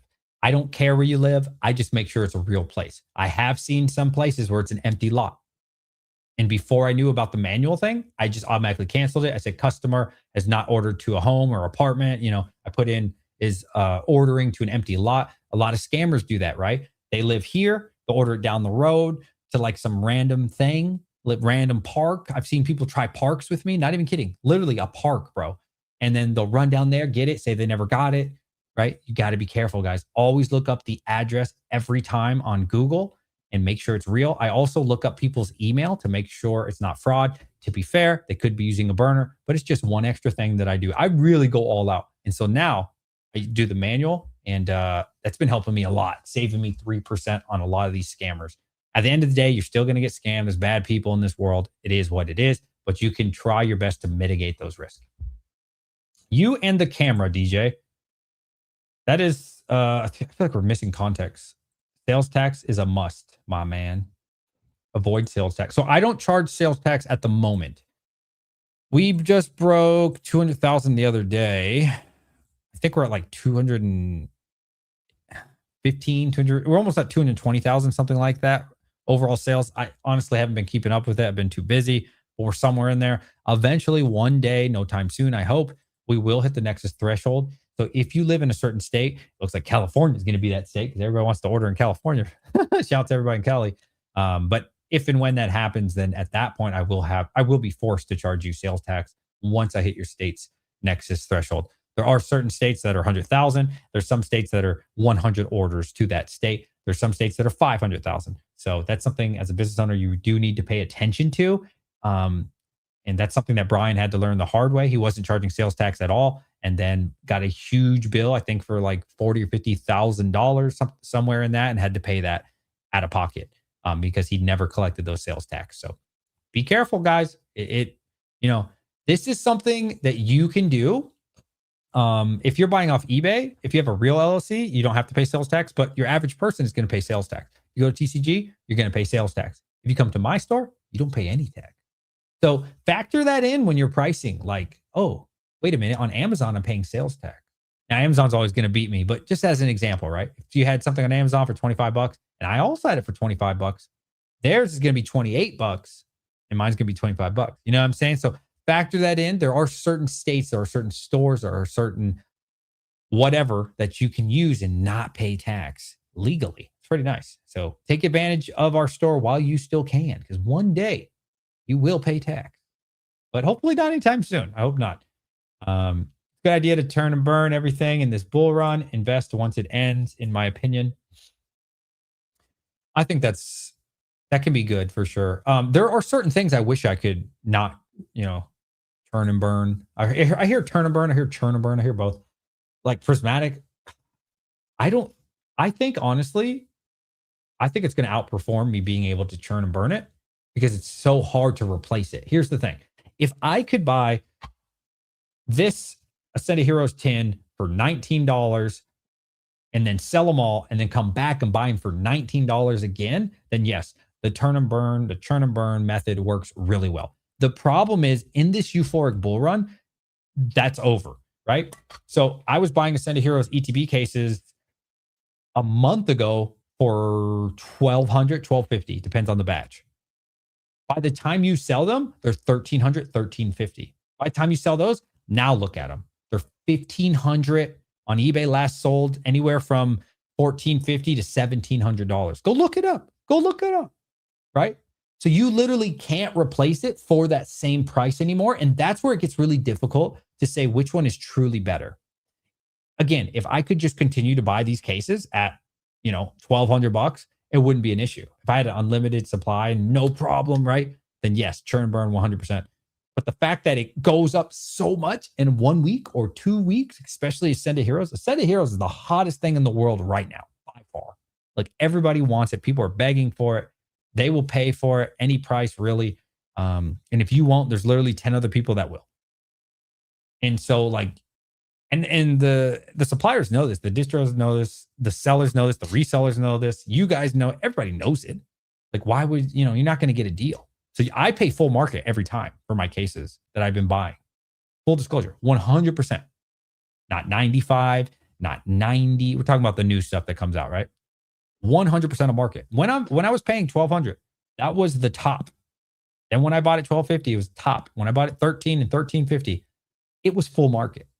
And by the time it ships to you, which is very risky, by the time it ships to you, it just so happens to appreciate to $1,500. And that's where you have to like make your margins right now with churn and burn. It's very difficult to do, man. It's tough. It's unbelievably risky because at any moment, the bubble could pop with Ascended or blah, blah, blah. I'm not saying it will. I think it'll do great, but it could, right? Buying 100% of market as a business is very risky to hope and dream that in 2 weeks, you actually finally get your 10, 15%, So it's a very unique market. It's a tough market too. Ascended premium posters are my long-term hold. Oh God, what a good play. Yes. I 100% agree with you. Love this product. I think this will be one of the best products unless, I've always said this, unless they come out with some 11-pack, 14-pack. I will tell you right now, to ship this is not bad. It's not bad at all. It is very small. Let me show you Unova.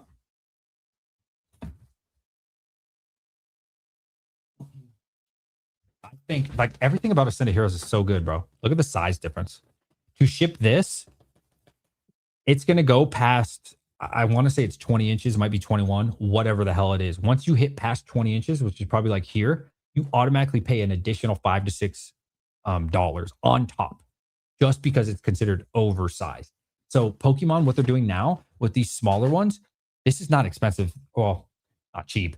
It's not that expensive to ship, to be honest with you. Like an ETB probably costs me, depending on your state, if you're East Coast, $10, right? If you're West Coast, upwards of 15, 16. To ship this on the East Coast, honestly, it's probably like $3 or $4 more. Like it's not bad. To ship this on the East Coast is double the price. So I love what Pokemon's doing right now. Look at this, bro. Look at it's shorter, which adds up to your shipping, like, or takes away from your shipping price. And then it's so much, it's so much shorter and it's thinner. Look how much thinner it is. This is the product. This is fantastic product.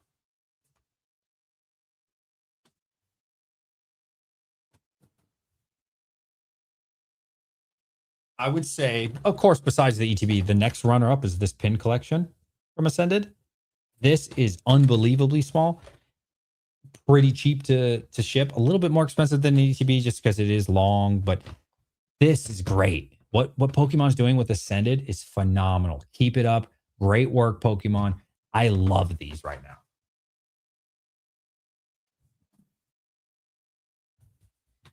How much are they? I'm not selling those. I sold those all yesterday.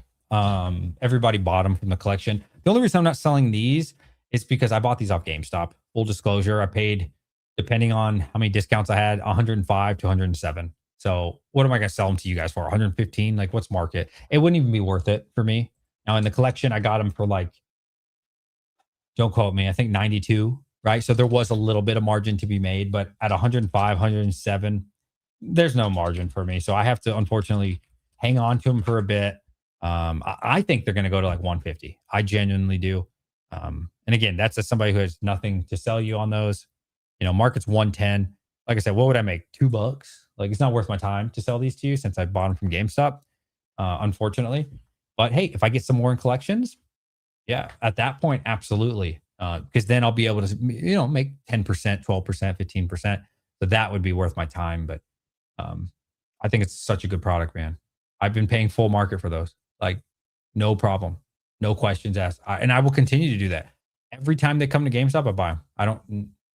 I don't think of, oh, this is so expensive. I say, wow, that is cheap. I go 10 packs of Ascended Heroes plus a fantastic promo.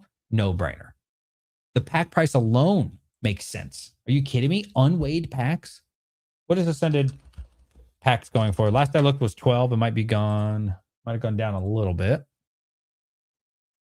1122. Okay. That's in pack value alone. This makes no sense.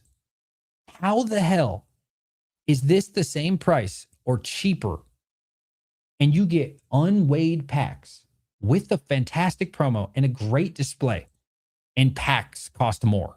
Like, what? Are you kidding me? How is this not an obvious play to people? Unbelievably obvious. Now, if the poster collection was $20, $30, $40 more expensive than loose packs, I could see an argument for that. I still don't trust loose packs, especially when they have God packs. It's unbelievably easy to just take a pack and say, oh, that's a God pack. Very easy. This is a no-brainer. Obvious play. Obviously, you should be buying this. And again, I don't have any to sell you. So, do your thing. But yeah, it's such an obvious play, man. This, to me, is as obvious as, Blooming Waters or the Lucario from the Sam's Club for Prismatic or the figurine collection for Prismatic.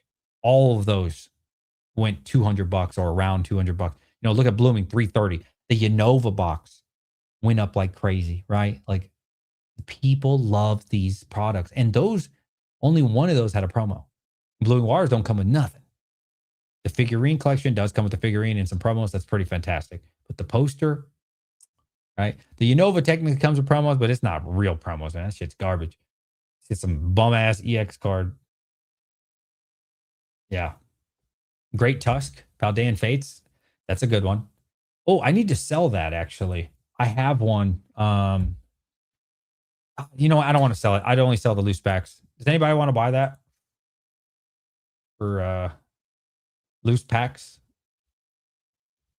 I'll literally show you I have it. I can pack it in front of you if you want. And you can have all the stuff inside. It's just not worth shipping, bro. It's this freaking big. No, I need to sell it because my son really wanted to send to Heroes. And so, he's a kid, right? He didn't have a lot of money. So he's like, can I trade you, please? Can we do trades? I really want to send a Hero sealed. And I was like, buddy, now keep in mind, Santa, who is me, right? I bought him that. So I already paid for that. And then he also wants the ETB. So it's like I'm double paying for it. So I'm like, oh, shit, man. You know what I'm saying? So I'm basically losing twice. So I was like, okay, I'll trade you 1 for 1. Now, to be fair, the Tusk is worth a lot more, but I also paid for it. You know what I'm saying? So I deserve to get a little imbalance there, So he offered it to me. I didn't ask him. He's like, can I please trade you this Tusk box for 1 Ascended Heroes ETB? And I was like, okay, fine. Market's 125 versus like 180 or something. So to be fair, this is still wave 2 age posters. They'll start rising once bulk. Yeah. Oh, 100%, bro. I 100% agree on this. I think the poster play, so good. I think I still have 1 sealed case left. I paid strong on it, though. I was in it for 102 each or 103 each. I've been keeping that on ice, though. I originally had 2 cases that were closed, but somebody paid full market. They offered me. They were like, can I please pay? But I'm not going to do that again. I'm going to keep the last one on ice. It's just too good of a product, man. And Ascended Heroes is just too fantastic. Don't you guys agree? Like Ascended Heroes checks every block, man. It God, and I hate to say that because I'm a huge Prismatic fanboy, but I gotta say it's better. It probably is better than Prismatic. It is, but I don't know if the God Pack is gonna be as valuable as Prismatic long term. We'll see on that.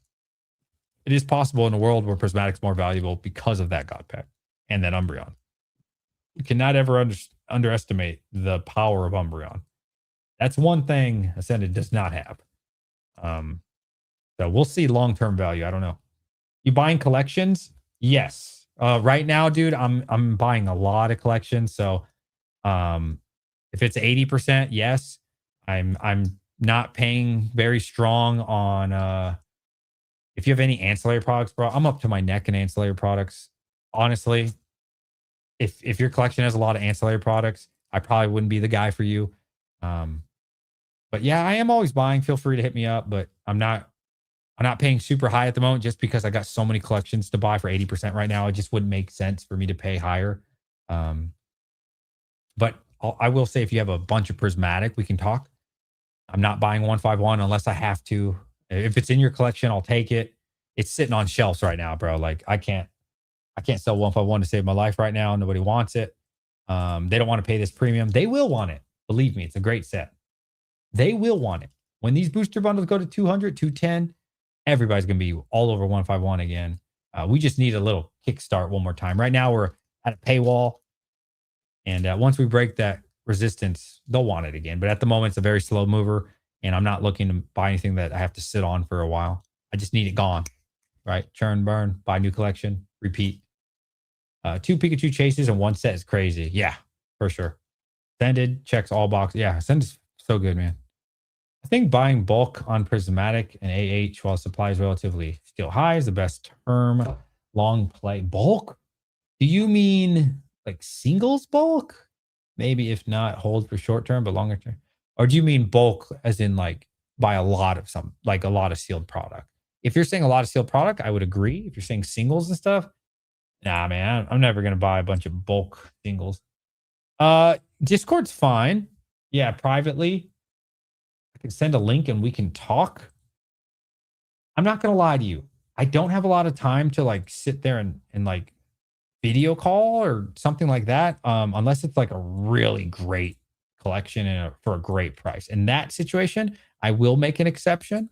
If that is you, listen, if there's business to be made on a serious level, I will take the time out and talk to you. But if you actually want to talk, that's a different. I don't mind DMing. We can DM. That's fine. But if you're looking to like actually chat, make sure it's really worth it. You know what I'm saying? For both sides, you and me. I'll do it, but if you just want to chat about it, I mean, we can do that too. Bulk ETBs. Oh yeah, those are fantastic. Thank you for using the stop sign. It really helps me find your question. Do you need to shop receipts to Shopify for everything? Do you need to shop receipts?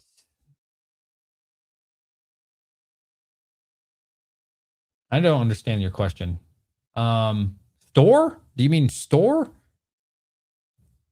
Help me understand what you're saying there. How do you handle the logistics of sending and receiving big sums of money in big collections? Are you calling your accountant every other day? No. You know, why would you talk to your accountant all the time? No. No. No, you don't. I don't need to talk to my accountant like that. So there's different ways. There's different and I'm learning this. Let me okay, you're talking about taxes and accounting. I need to give a disclaimer here. A very important one. I do not know what the hell I'm talking about when it comes to taxes for your Pokemon business or mine. I need to say that. You need to go talk to a CPA. I am not a CPA. I have 2 useless business degrees, very useless in this situation, which is business administration and economics. I took very, very basic level accounting 1 and 2, so I don't know what the hell I'm talking about. That being said, back to your question, that very important that you understand what I just told you. Do not listen to anything I'm about to tell you. Talk to a CPA. How to handle the logistics of sending and so this was something I was super worried about because I buy a lot of collections and you don't get receipts for those. I talked to my accounting about that, and he's like, "Oh, you don't have to worry because I have a shop. I have evidence that I sold these, and so it was no problem." So basically, for my Excel, I'm not going to pull it up. If you want to do a consulting call, maybe I would do that. I'm not going to get into that right now. If you want to do a one-on-one consulting call, we can do that. But TLDR, on my Excel, he told me just put the person's name, and then you already have the evidence that you sold it because Shopify gives you a 1099. So there's obviously, yes, I can't necessarily give you a receipt for when it came in, but obviously I sold it. It's tracked, it's logged, and so I just pay a percentage on the back end, and it's fine. That's what he told me for those type of collections. If I was really scared about that too, man, I was like panicking. Point two, I was very scared about that myself. But he's like, nah, it's fine, bro. Like, if you didn't have the 1099, you should be scared. And what you're doing is borderline illegal. But you have the 1099, you're covered, you're good to go. It's obvious that you're paying your taxes and you're doing the right thing. Um, Please talk to a CPA. Don't listen to anything I just told you. I'm personally collecting prismatic AHETBs as my bigger investment just because they are both S tier. Feel like they're all golden period. Yeah, they're great, man. I want to be really important or really clear with the taxes as well. Listen, I know paying taxes sucks. I get it. I paid taxes for a long time. I've made large sums of money, not from Pokemon, but stocks and crypto. It sucks paying taxes. You know when it doesn't suck? When you go buy a house. It feels good. You don't have anything to worry about. If you're out there, and no judgment, I don't care what you do or don't do. I'm all about self-choice. If you want to be a criminal, be a criminal. Be the best criminal you can be. Have a good life.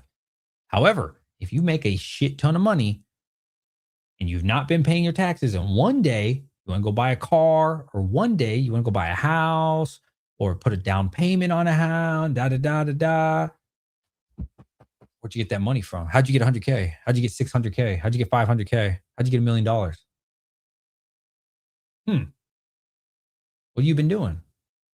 Now, I get it. You've been doing, $1,000 deal, 5K, 10K. Nobody's gonna know. It probably won't matter. But if you ever want to use that money legitimately, which you will have to at some point in your life, legitimately use your money, I'll tell you what, it helps you sleep a lot better when you pay your taxes. I pay my taxes. I don't like it. But if and when you go buy a house, I'm telling you, it's a different feeling where you might be like, oh my God, am I going to go to prison? Am I going to go to jail? Oh, I know I didn't pay taxes on this. What are they going to say? What are they going to, you don't want to be in that situation, man. It's not worth it. So be careful. Yeah. I would recommend, if you're serious and you've been doing it for a little bit, go legit, man. 100%. Go legit, man. It's not worth it. It's not worth finding out what happened. Look at Wesley Snipes' ass now. It's a little bit different of a situation, but his ass went to prison. If Wesley Snipes, if motherfucking Blade can go to prison, your ass can go to prison too. For free. Yeah, man. RS taking 35% of my stock gains. It's brutal. Oh, you must be day trading or live in like Canada or something. Because if you're an investor, right? So investing is long-term capital gains for stock. So this is when you hold a stock for 366 days plus. 365 days and under is considered short-term capital gains, which is really bad. So you're considered to the IRS a day trader. You're just a flipper. Doesn't matter if you hold it a week or 6 months. You're not investing. But if you are investing, which is again 366 days plus, so 1 year and 1 day, you should get the tax break of 15%. So, you're a day trader? That's why. Yeah, I don't day trade. I stopped day trading many years ago. It's not worth it. I'm an investor all the way. The benefits, tax benefits, it's so much better in every single way. Honestly, you know what the really rich do? I'm not really rich like to that level at all, but I'm just letting you know. The really rich never sell their stocks. They never sell their assets. Did you know that? Let me tell you why for anybody who doesn't know. The reason they don't is because at that point in their life, they just borrow against it because they don't want to create a taxable event. A lot of those people don't even pay taxes because you can't pay taxes on something you didn't sell or you didn't make money on. You understand? So Rudy talks about this too. It's very rare that he talks about this subject, but kind of hard to know that knowledge. Like, middle class like myself or poor people, we were never taught stuff like that. You kind of learn that as time goes on. Um, but like a lot of my rich friends, man, when I would go to Bitcoin 2024, like it's like a huge Bitcoin convention, they are freaking rich, man, like 100 million plus, and they'll tell you never sell your Bitcoin because once you sell your Bitcoin, now you owe all this money, blah, blah, blah. And it's really bad. Instead, what they do is they borrow against their Bitcoin. That's the same thing they do in the stock world. Um, why do you think billionaires, some billionaires might not pay as much taxes as some of others? It just depends how much you're selling. So you just never actually sell anything. You understand? It's the poor people who sell things like us. We sell and take profits. We sell Tesla. We buy Tesla, we hold it for a couple of years, and then we sell it. Now we create a taxable event. Instead, they just don't sell it. They say I have 1 million, 5 million, $10 million worth of Apple stock. They go to the bank. They say, this is going to be my collateral. Maybe not all of it. Maybe it's some of it. But they say, I need an additional $1 million. Bank says, no problem. Look at you. You got 10 million. You got 5 million, whatever it is, right? I don't know the percentage they're getting. They say, no problem. We'll give you $1 million. I don't give a shit. You take that new million. Then you also keep your 5 or 10 million that you already had. You see? And so now you've literally created $1 million. To be fair, there is some interest to pay. There's a lot of details of that. We're not going to get into that today. But that's what the rich do, man. It's us poor people paying the taxes. You understand? So you eventually in life, long term, it'd be nice to get to that level to where you just don't really pay taxes or pay a lot less taxes. Leverage out of their brokerage account, I believe. I don't know all the details of like, everything that every individual person is doing, but yeah, day trading's, man, get away from day trading, bro. Get away from day trading. Unless it's working for you, bro, be careful. Let me tell you a story. I'll never forget. I forgot what year it is though, but I remember the story. So when I was day trading, there was this one company called OMVS. It was a robot company. This is like 2016, 2018, 2017, something in there. And I was already a long-term investor at this point, but some of my friends were making okay money, a couple $100 a day. And I was like, that sounds fun. I'm gonna make a couple $100 a day. And I bought this robot company, OMVS. They allegedly is a penny stock on the OTC market, which is over the counter market. So I put $5,000 in that bitch. No. Rewind. That was the end of the story. Rewind. I'm so sorry. TMXN. They were on Shark Tank. So the story was amazing. And it was legit. It literally was on Shark Tank. So the story was good, blah, blah, blah, blah. I'm on the OTC, right? I put $5,000 into that. And that same day, guess how much money I made? Guess how much I turned that $5,000 into in one day? TMXN. Oh, he knows what I'm talking about. Yeah, maybe it was 2021. I don't remember. I'm getting old, right? Guess how much I turned $5,000 into? Take a guess. Take a guess. In one day. So not even 24 hours. In one day. Take a guess. Someone, please. Just take a guess. This is like my first time day trading, right? I turned 5,000 into how much? Take a guess. No, not 100K. It was 30,000. So I profited $25,000 in one day. Not even a whole day, like 5-6 hours. So the next day, I'm panicking, bro. No, I wasn't even panicking. I was like, fuck a job. You know what I'm saying? I was young, bro. Like I'm old now. I'm 36, but I was young back then. I don't remember the exact year. Somewhere in the 2016, 2018 range, right? So I'm like 29, 30, 31. I don't know. Somewhere I was young, right? Young pup, maybe 28. I don't know. So I'm like, fuck a job. I'm going to quit my job. This day trading shit, blah, blah, blah. My boss told me to do something. I was like, man, I wasn't saying suck a dick, but I was thinking it in my mind. You know what I'm saying? Like, I was like, fuck that. I just made, you're young and stupid. You don't know anything about life. Next day, that bitch went up like another 2-3K or something like that. So I sold. Okay. My friends were like, don't sell. It's going to 100K. I was like, no. Can't be too greedy. Okay. Anyways, I profited around, rough estimate, 27 to 30 grand, somewhere in the ballpark of 25 to 30. I don't remember exactly. Anyways, so now, bro, I just turned 5 G's into 30 bands. You know what I'm saying? So I'm like, yo, now it's easy. Now it's easy money. I did the hard part. The hard part's getting to like 50K range. We're pretty close to it. All I got to do is 2x. All right, cool. So I find this robot company, $ OMVS. That's how you can look it up. I don't know if it's still a thing. It ended up being a scam, but whatever. They were this robotic safety guard company. This is like before Tesla's AI was really big or anything. Tesla was actually supposed to become bankrupt at this time. And so these robots, they were real actual robots. They had Nvidia stickers on them, and the company was talking about on OTC that they got an Nvidia partnership. So I put all 30K into that. Bro, that 30K, that like in a day or two, bro, it was like 55, 65,000. Now, mind you, in the course of like 2 or 3 days, I have just technically not profited, but I'm up like 45, $50,000 plus off of a 5K investment. And I, at this time, I started investing stocks long term when I was like 21. So I'm like, yo, fuck this long term investing shit. You know what I mean? Screw that. I've only got up to like 20K in my investments. It's been years. It takes a long time to grow, but I was doing it the slow way, the right way, right? So I'm like, yo, I'm on top of the world, bro. Now, imagine going to work as a young kid, because that's what I was, as a young kid, and you just got 60, man. You know what I'm saying? You walk a little different, you talk a little different.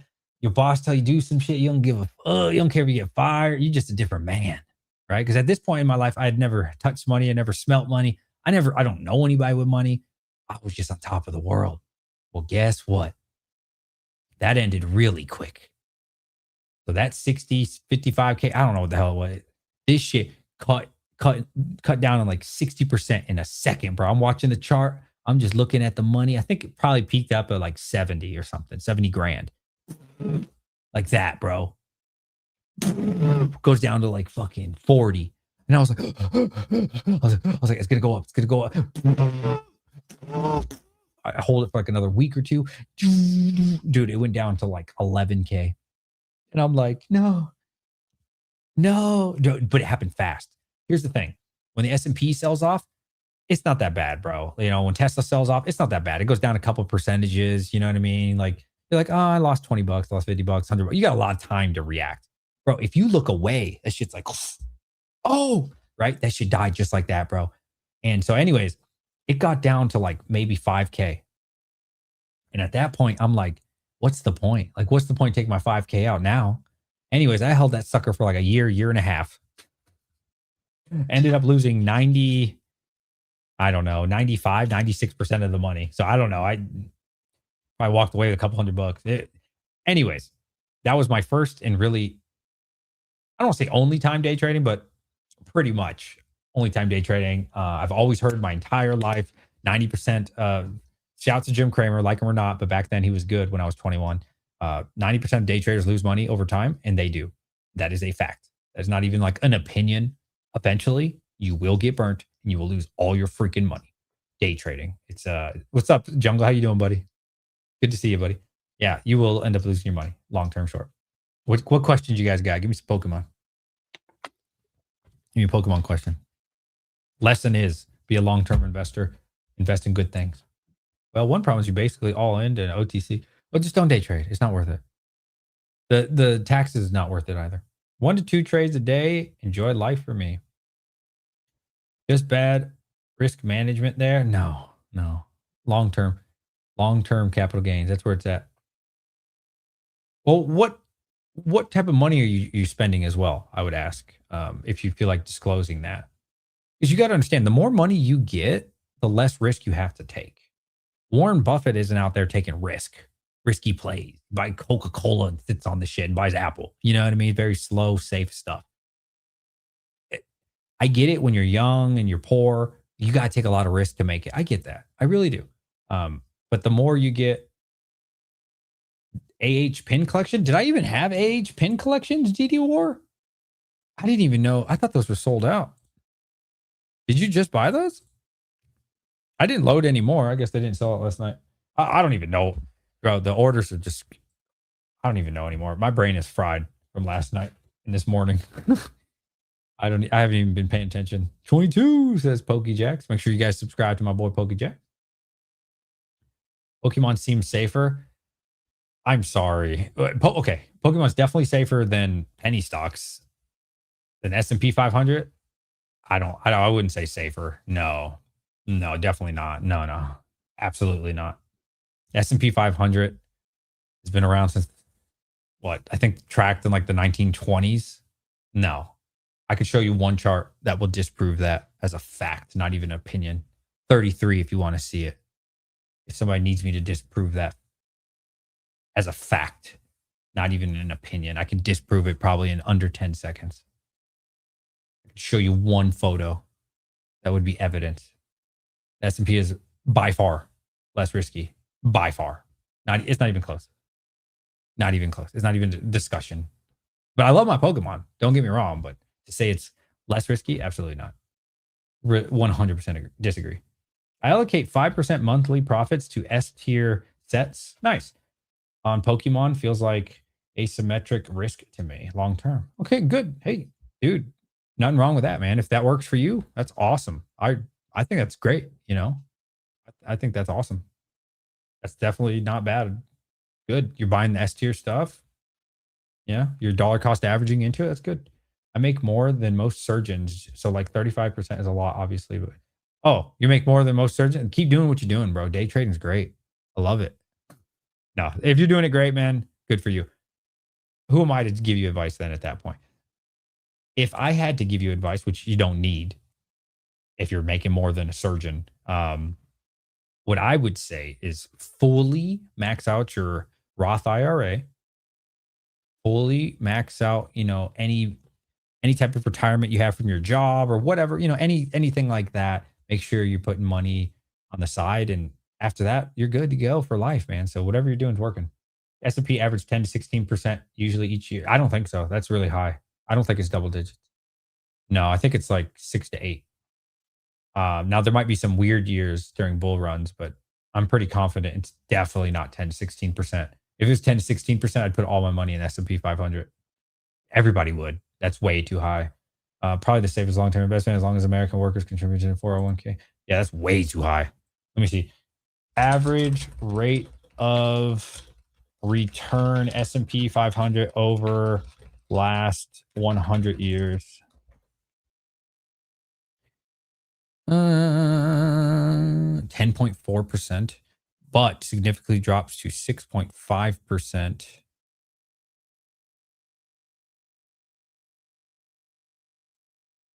If you reinvest your dividends, it says at 10.42%, way too high. That's not true. No, fuck no. Everybody would just do that, man. That's especially with the power of compounding. That would be crazy. Since you went from Diablo streaming, Bitcoin, now Pokemon, which one do you like the most on YouTube? What a great question. Okay. I've had many YouTube channels, if you guys don't know, many. The most fun. That's your word, right? Isn't that the word you used? Oh no, which do you like? Okay, I'm gonna interpret like as fun in this situation. So that will change. If you say like or okay, we'll start with like. The most fun was by far crypto and Bitcoin. By far. By far. Um, because you got to understand, like with Pokemon, it's really great. I love it. I get to stream with some people that I would consider either acquaintances or friends. I've got to talk to some fantastic people like Anon, Dan, TRJ, excuse me, Poke Profit, uh, Retro Specs, like all these guys, super cool, right? It's nice. Talking on camera is great. But in the crypto world, it is, dude, I've seen things that like normal people don't see, and I didn't even know existed. I didn't even know that part of the world existed. You want to hear this? If it's not interesting to you guys, tell me. Type 44 if this conversation is interesting. I don't know how deep you guys want me to go into this. I'll bring it back to Pokemon, I swear. If it's, I don't want to bore you guys. Type 44 if this conversation sounds interesting. But the layers of life, it's stuff that middle class doesn't see. And just a few of the layers that I would pull back was fascinating, man. Fascinating. Like, oh, you guys like it? Okay, I just want to make sure I'm not boring you. So I think I've said this before. So in the crypto world, it is it's a totally different game than Pokemon. Pokemon, like the biggest sponsorship you're going to get probably right now is like Digital Rips, which I'm sure is great money. Nostalgianomics is doing great on it, blah, blah. But there's no like end game with that besides money. With crypto, there's billions with a B, hundreds of billions, arguably trillions in crypto in general, right? But the sponsors have billions with a B. So even when I was a small channel, 3 to 5,000 subs, I was getting paid every ad, even as a 3 to 5K sub YouTube channel, $100 minimum per ad. All I had to do was throw in a 30-second ad. Hey, check out this place, right? As I grew, as I got 10,000 subs, 15,000 subs, the opportunities were crazy, man. Like I was getting $2,000 to just show something on my stream, two grand to literally show you, hey, this website here and look at the new function. 2 G's. My friends who still make content because they're unfortunately full-time crypto and they're in a dying industry, but whatever. Bitcoin's fine, but the rest is dying. Bro, they get up to $10,000 to $20,000, 10 to 20K. Now, listen, that's like one layer into reality. So ad revenue is garbage, right? You don't need, ad revenue in crypto's way better than here because it's like the finance space. I'd argue probably 7 to 10 times more than I make right now on this YouTube. You could only get a few thousand views and it's worth 7 to 10 times more. So you didn't have to like, hey guys, you want to become a member? Like you didn't have to do shit like that because every stream I'd make $30 to $50 in ad revenue just because advertisers pay that much on ads in the crypto world. Or over here, dude, I'll make like $3-4. It's garbage, right? Like, to be honest, I really shouldn't be live streaming. Like it's not worth it, but I enjoy it. Anyways, so that's like the first layer. Then you get invited to shows. Why do you think I have this camera? Why do you think I have a $4,000 camera and a $1,500 lens? Take a guess. It's not because of my Pokemon channel. It's because I would get paid. Why do you think I have all this expensive shit? It's not for Pokemon, dude. I bought all this equipment because in the crypto world, I would get paid to travel. I can show you a random example. Like companies would pay me and my friends and they would send all of us. I've lost some subs since I haven't been on there in a while. Like here, this event, this was, what was this called? This was Mining Disrupt. And like this company pays me to do an interview with them. That's it. Literally for my presence. Look how much more I weighed. That was just last year. I weighed like 30 pounds more muscle. I get paid to interview these people and like to go to these events. Damn, I was big compared to now. Look at me, bro. I looked good back then. That was last year. And like literally just for my presence, bro. They pay for the flight. They pay for the freaking my presence of being there, my time. They pay for the hotel. They pay for 100% of your trip and they pay you to be there. And all I would do is look, I just ask people questions, bro. The money was crazy, bro. Like I was making buku bucks, man. Like who cares about ad revenue? You know what I mean? And so like, it's a totally different world, man. So this is just one other layer. I haven't even told you the good stuff. Oh my God, is that Hawk? Yo, my boy Hawk. What's up, bro? What's up? They're asking if I like, which YouTube do I like better? What's up, dude? That's one of my boys from the crypto world. So anyways, so that's one of them, right? Getting flown out. Like they pay for 100% of your trip, bro. They pay for your plane ticket, your hotel, your food. I got like, depending on the company, 2 to 3 meals a day. They pay for the Uber. They pay for your presence. They pay for everything. And I was a small YouTuber in comparison to some of my friends. Some of my friends, they might make 20 grand to show up, just to show up, your presence. Hey, Red Panda Mines here, or DJ Mines is here, or just to be there, just so people could say, hey, these YouTubers are here. And these companies would pay for like 8 of us, 10 of us. So imagine in Pokemon terms, they would send me, they would send PokeProfit, Nostalgianomics, PokeNE, blah, blah, blah. They would want us to all come to the event just so they could advertise that all these YouTubers are coming, right? I'm telling you, the money back then, not anymore, but like back then was crazy, bro. So then that's like one of the first layers. But like I said, the more subs you get, the more doors that suddenly open to you. And then once I hit 10,000 subs, I'm telling you, the doors were like crazy, bro. So then they would say, okay, we want everybody to come to the Hard Rock Cafe. We're gonna buy you this super fancy Korean dinner barbecue thing. Uh, and then they would spend, bro, I don't know how many thousands of dollars on just a dinner. Like there'd be like 30 YouTubers, bro, anywhere from 10,000 subs to 300,000 subs, and we're all there, and we're all like, we would live stream with each other and have fun and stuff. But now we all get to hang out in the same room, and the reason they're really doing it is to give you a pitch. So they say, "Hey, we got this upcoming sale." Again, these companies have billions, man. They don't give a shit. Like spending, 50K on everybody's plane ticket and hotel. They don't give a shit, bro. They're fucking balling. So they say, "Hey, this is our new product we plan to launch. What we're going to do for all of you is every ASIC sale, that ASIC is like a machine that you sell, we're going to give you 3%, 5%, whatever."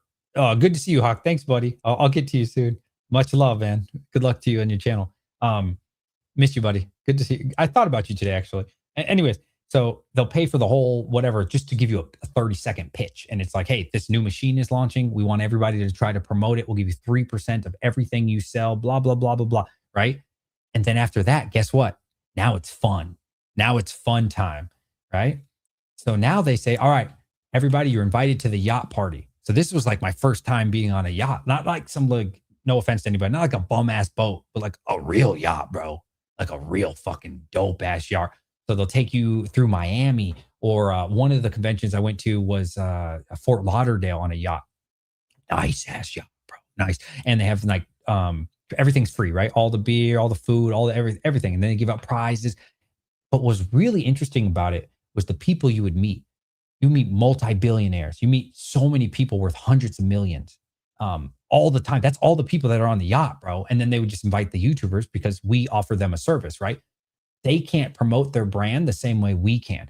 People on YouTube want to see average people like me, right? That's it. They don't want to see this freaking billionaire talk about this and that. No, they just want to see a regular ass dude that started from the bottom, just like everybody in the audience. That's all we were to them, right? But it was a mutually beneficial thing.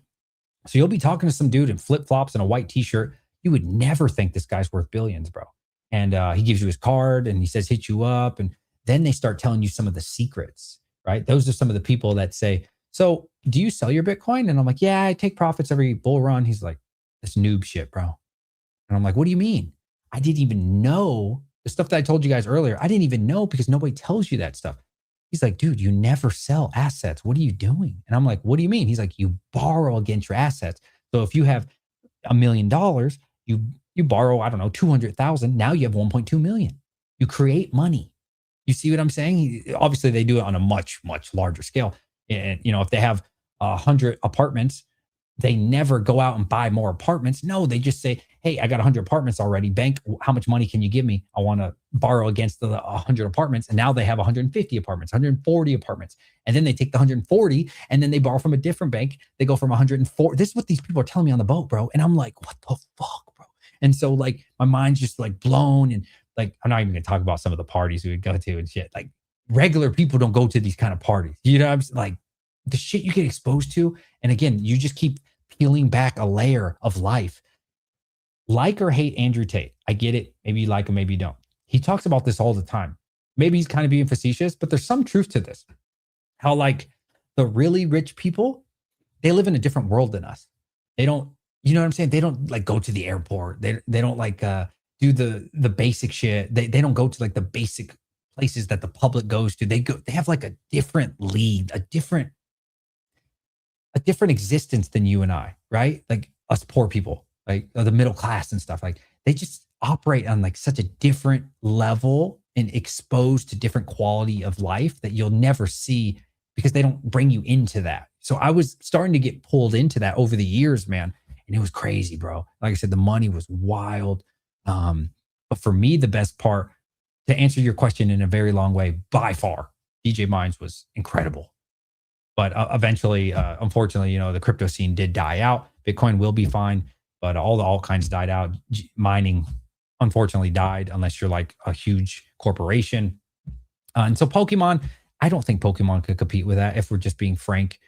It's nice chatting with all of you, but there's never going to be that opportunity where it's like Pokemon Center comes together and brings all the YouTubers that talk about investing together. That'll never happen. I would argue Pokemon's like against investing. Like maybe they're not, maybe they are, but I think publicly they are, right? Like they want to say, we don't want to keep the price high.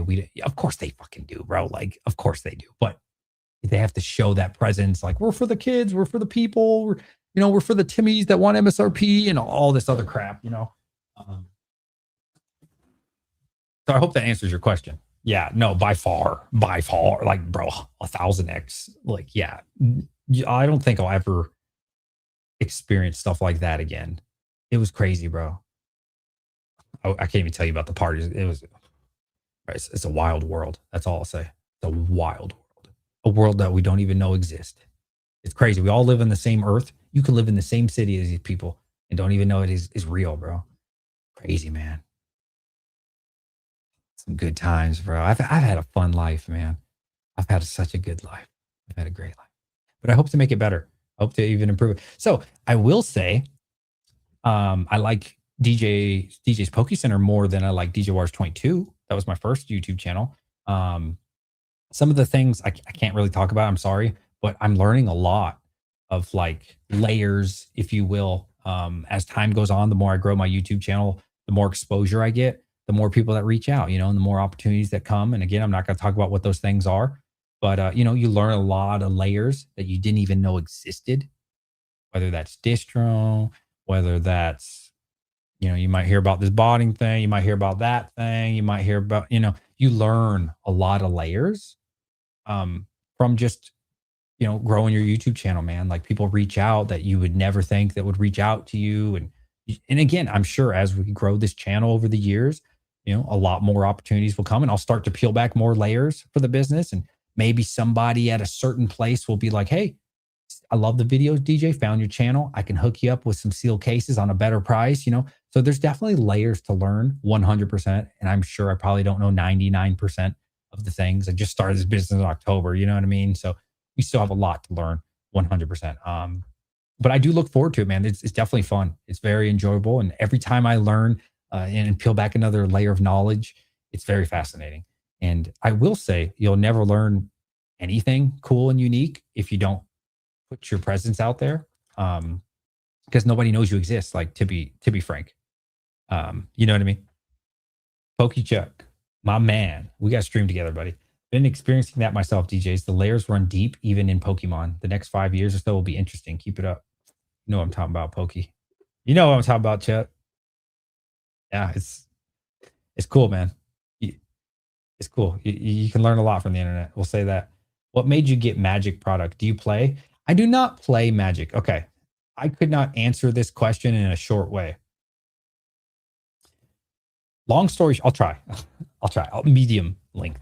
No, so some of my friends, they hear me make videos about like, I'm not really having this problem right now, but I was having this problem where I couldn't get more Pokemon. And they're like, bro, why don't you just do Magic on the side? Because it's basically, you can get as much as you want, With Pokemon, it's a different story. So if I buy 3 cases of something, it's really hard to get 3 more of that exact same product. And I'll tell you right now, it's almost impossible to get it for that same price.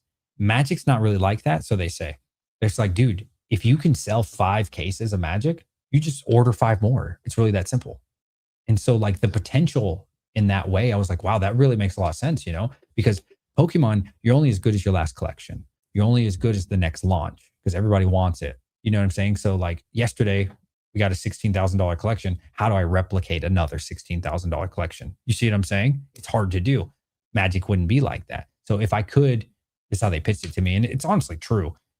If you could grow your Magic audience, then you'll have unlimited sales potentially if you were to continue to grow it. And so for me, that's really appealing. So that's why I haven't like quit selling Magic. I still have Magic on the store. It sells really slow, especially compared to Pokemon. But no, I don't play Magic or anything. But it's really just offering good business, offering product for a fair price, and that's really what it comes down to for Magic. Same with Japanese. I sell Japanese products as well. Not as big, definitely at all, but you can get it a lot more consistent. Now, I will say these days it's getting harder to get Japanese. These people are smoking crack right now in Japan. I talked about that earlier in the stream. These people are crazy. They are asking They let's just pretend booster box X cost $100 flat on the market for TCG. The suppliers are now charging 110, 115. They're making this artificial price to where they're trying to dry up the supply in the United States. I would imagine Canada as well. So we'll call it North America. The suppliers in Japan right now are choking out the American supply. So once that runs out, because it will, there is no other price to pay but the new higher price that they have set. And they will continue to raise that bar. That's how it's feeling. So Japanese right now is really tough too. It's hard to turn a profit on the Japanese at the moment unless you already have the product or you find people who are willing to pay a higher than TCG price. Your store is going to be pebbles compared to the future. Do you mean you think my store is going to continue to grow, Chuck? I hope so. Just wait till you figure out you can donate to museums to prevent tax payment. uh, is that not what happened with English distro in early 2025? I can't speak on that. I don't have distro. Much larger. I hope so, man. I hope so. You know, I'm trying to take advantage of the bull run as much as I can. 100%. I just take it day by day, month by month, week by week, and I'm turning and burning throughout this entire bull run. You know, it is what it is, and we're going to try to grow our audience as best as we can and grow the store and just show. One day, I do plan on applying for distro. Will not be anytime soon. There's no point. They're not going to say yes, and even if they said yes, they couldn't give me Pokemon anyway, so it wouldn't solve any of my problems. It wouldn't help in any way at the moment. Um, but one day, you know, I'll be able to say, "Hey, I've done 1 million in sales in the last 12 months. Would you like to work with me?" Or maybe it'll take me 3 years to get accepted. Hey, I've done $2 million in sales in the last 12 months. Would you like to work with me? And I think at that time, the opportunity would probably be more of a yes, certainly than it is now. Right now, we're averaging about 50 to 60,000 a month. I haven't looked in sales. It's pretty good. We're on pace to do something nice. I'm hoping to do 300,000. My original goal, I think, was 300,000 for the store this year. So yeah, I'd love to break 300,000 in sales. I think we potentially could do 500,000, but we'll see on that. I'm not confident on that.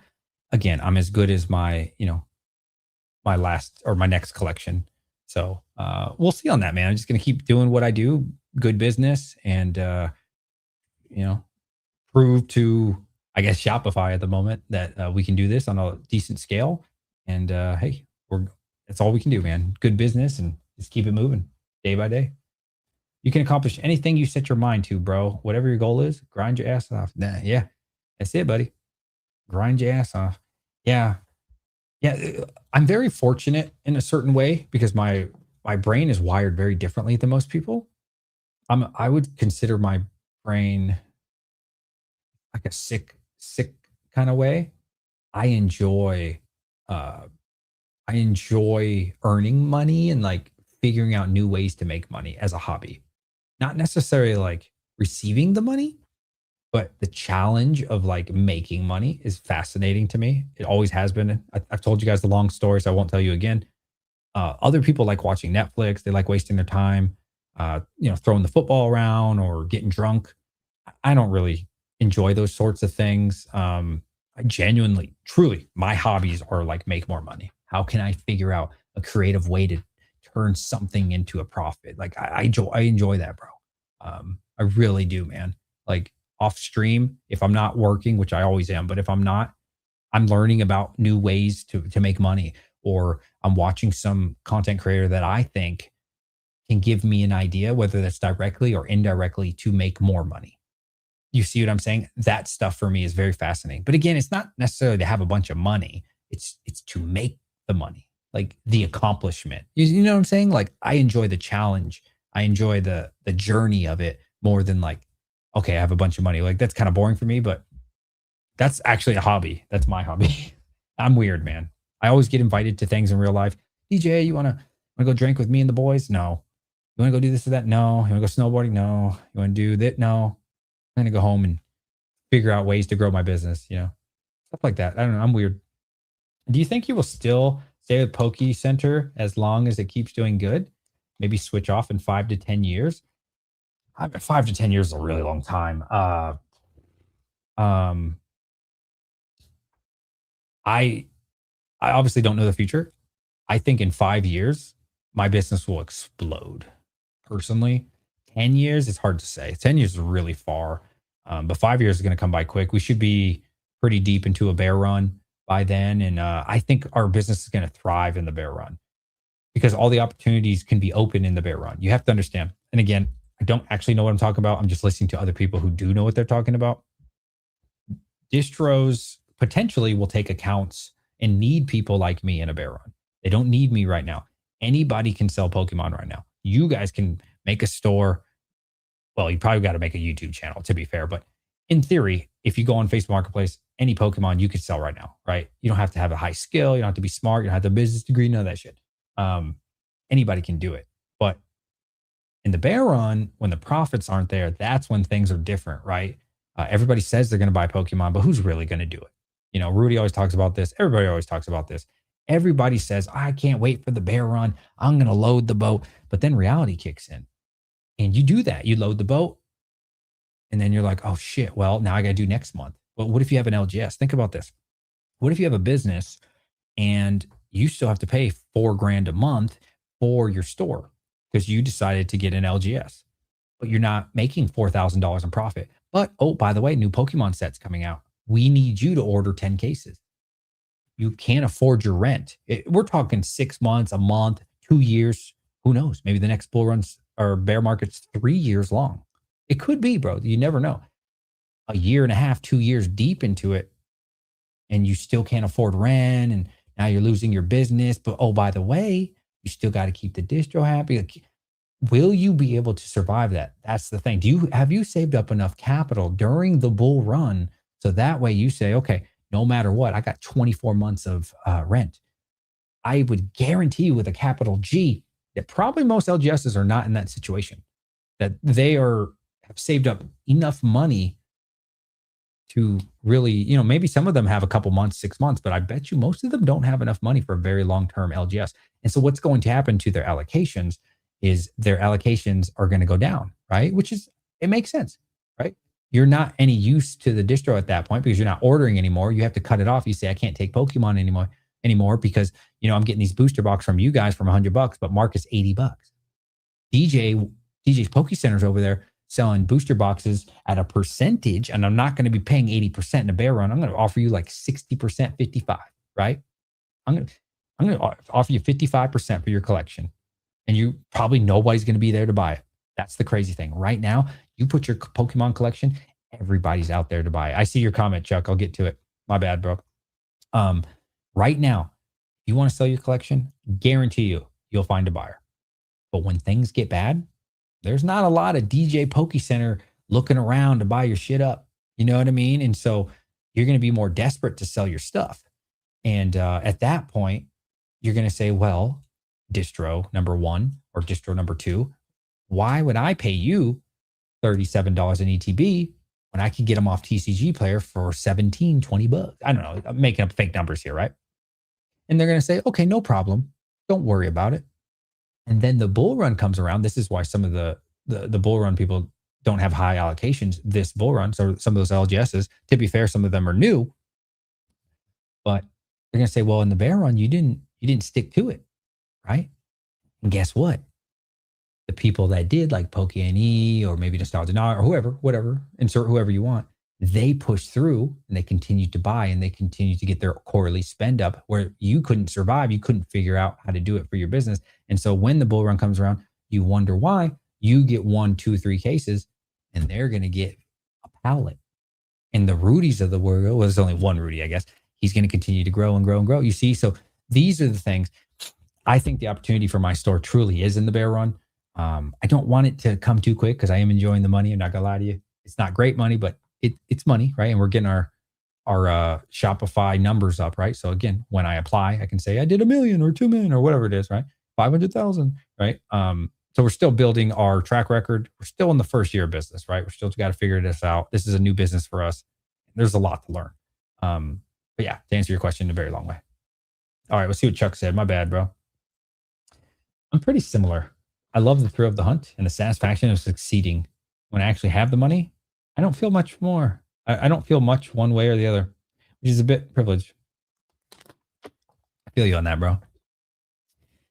It's the journey that's fun. Yeah. It's the journey, for sure. Like, once you get the money, it's like, yeah, it's cool. If you can survive altcoin bear, Pokemon should be easy. Oh yeah. Oh yeah. People don't know. People don't know, man. Collector reviews. Um, I don't honestly feel qualified to speak on your collection. I mean, I'm still new to this myself. Um, I don't know. I mean, I don't know. Maybe I can make a section for that in the Discord if you guys wanted. Like, can you leave that open for a second? It's so hot in here. AC's off. I'm dying. Thank you. Love you. Um, yeah, I don't know, man. Would you really want me to review your collector? Like, what do I know, bro? I really picked up in prismatic. I mean, we messed around in chilling rain a little bit, but it was really prismatic for me. Um, I mean, I guess if people wanted it, I mean, I'd entertain it. But I'm not qualified to look at that. Just full disclosure. The one that don't have the LGS obligations but are sitting on liquid capital during bear run, given you invest, is the best sets will be the ones best position. Rudy talks about that all the time. So I'm going to give you guys some homework here. Probably most of you have seen these videos, but let's just pretend somebody's new. If you're new, type 33 in chat or on the newer side of Pokemon. Let's do alpha investments. Do not open an LGS. He makes one of these videos pretty much every year. You got to watch these. He will give you every reason why you should not open LGS. He does this literally every year. Oh, look at this. He looks like he did it twice this year. There is a million reasons not to. There's a couple reasons to. And for most people, the answer is absolutely not. One of the examples, and I could be butchering his words here, is on a really hyped up set that you got a lot of allocation for, which you don't get allocations very easily, especially for Pokemon. But even best case scenario, you get a ton of product. Okay. You end up selling like $50,000-$60,000 worth. Whoa, for the store. And he does all the math and shows you, man, like, well, guess what? Your rent was $5K. You got to pay all these employees. You're down on the last 3 months because the other, you didn't get any allocations. There was no big hyped up set. What about when perfect order comes around? Are you prepared for that?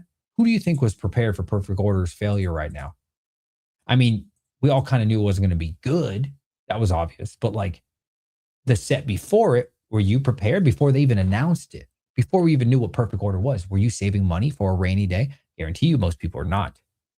If you have to do the math, minimum wage, I think in most places, about $15. It could change a little bit. Let's do 15 times 40. This is for one employee. $15 times 40, that's $600 a week. Times 4 is $2,400 if you have a single employee. $2,400 for one employee. Your rent, depending where you are, $3,000 to $5,000, right? Did you profit almost $10,000? Oh, and by the way, if you didn't profit, how are you paying your personal rent? How are you paying your, like I said, the mortgage? How are you paying your own light bills, the air conditioner? That was only rent, I said, for your LGS. We didn't talk about, the insurance.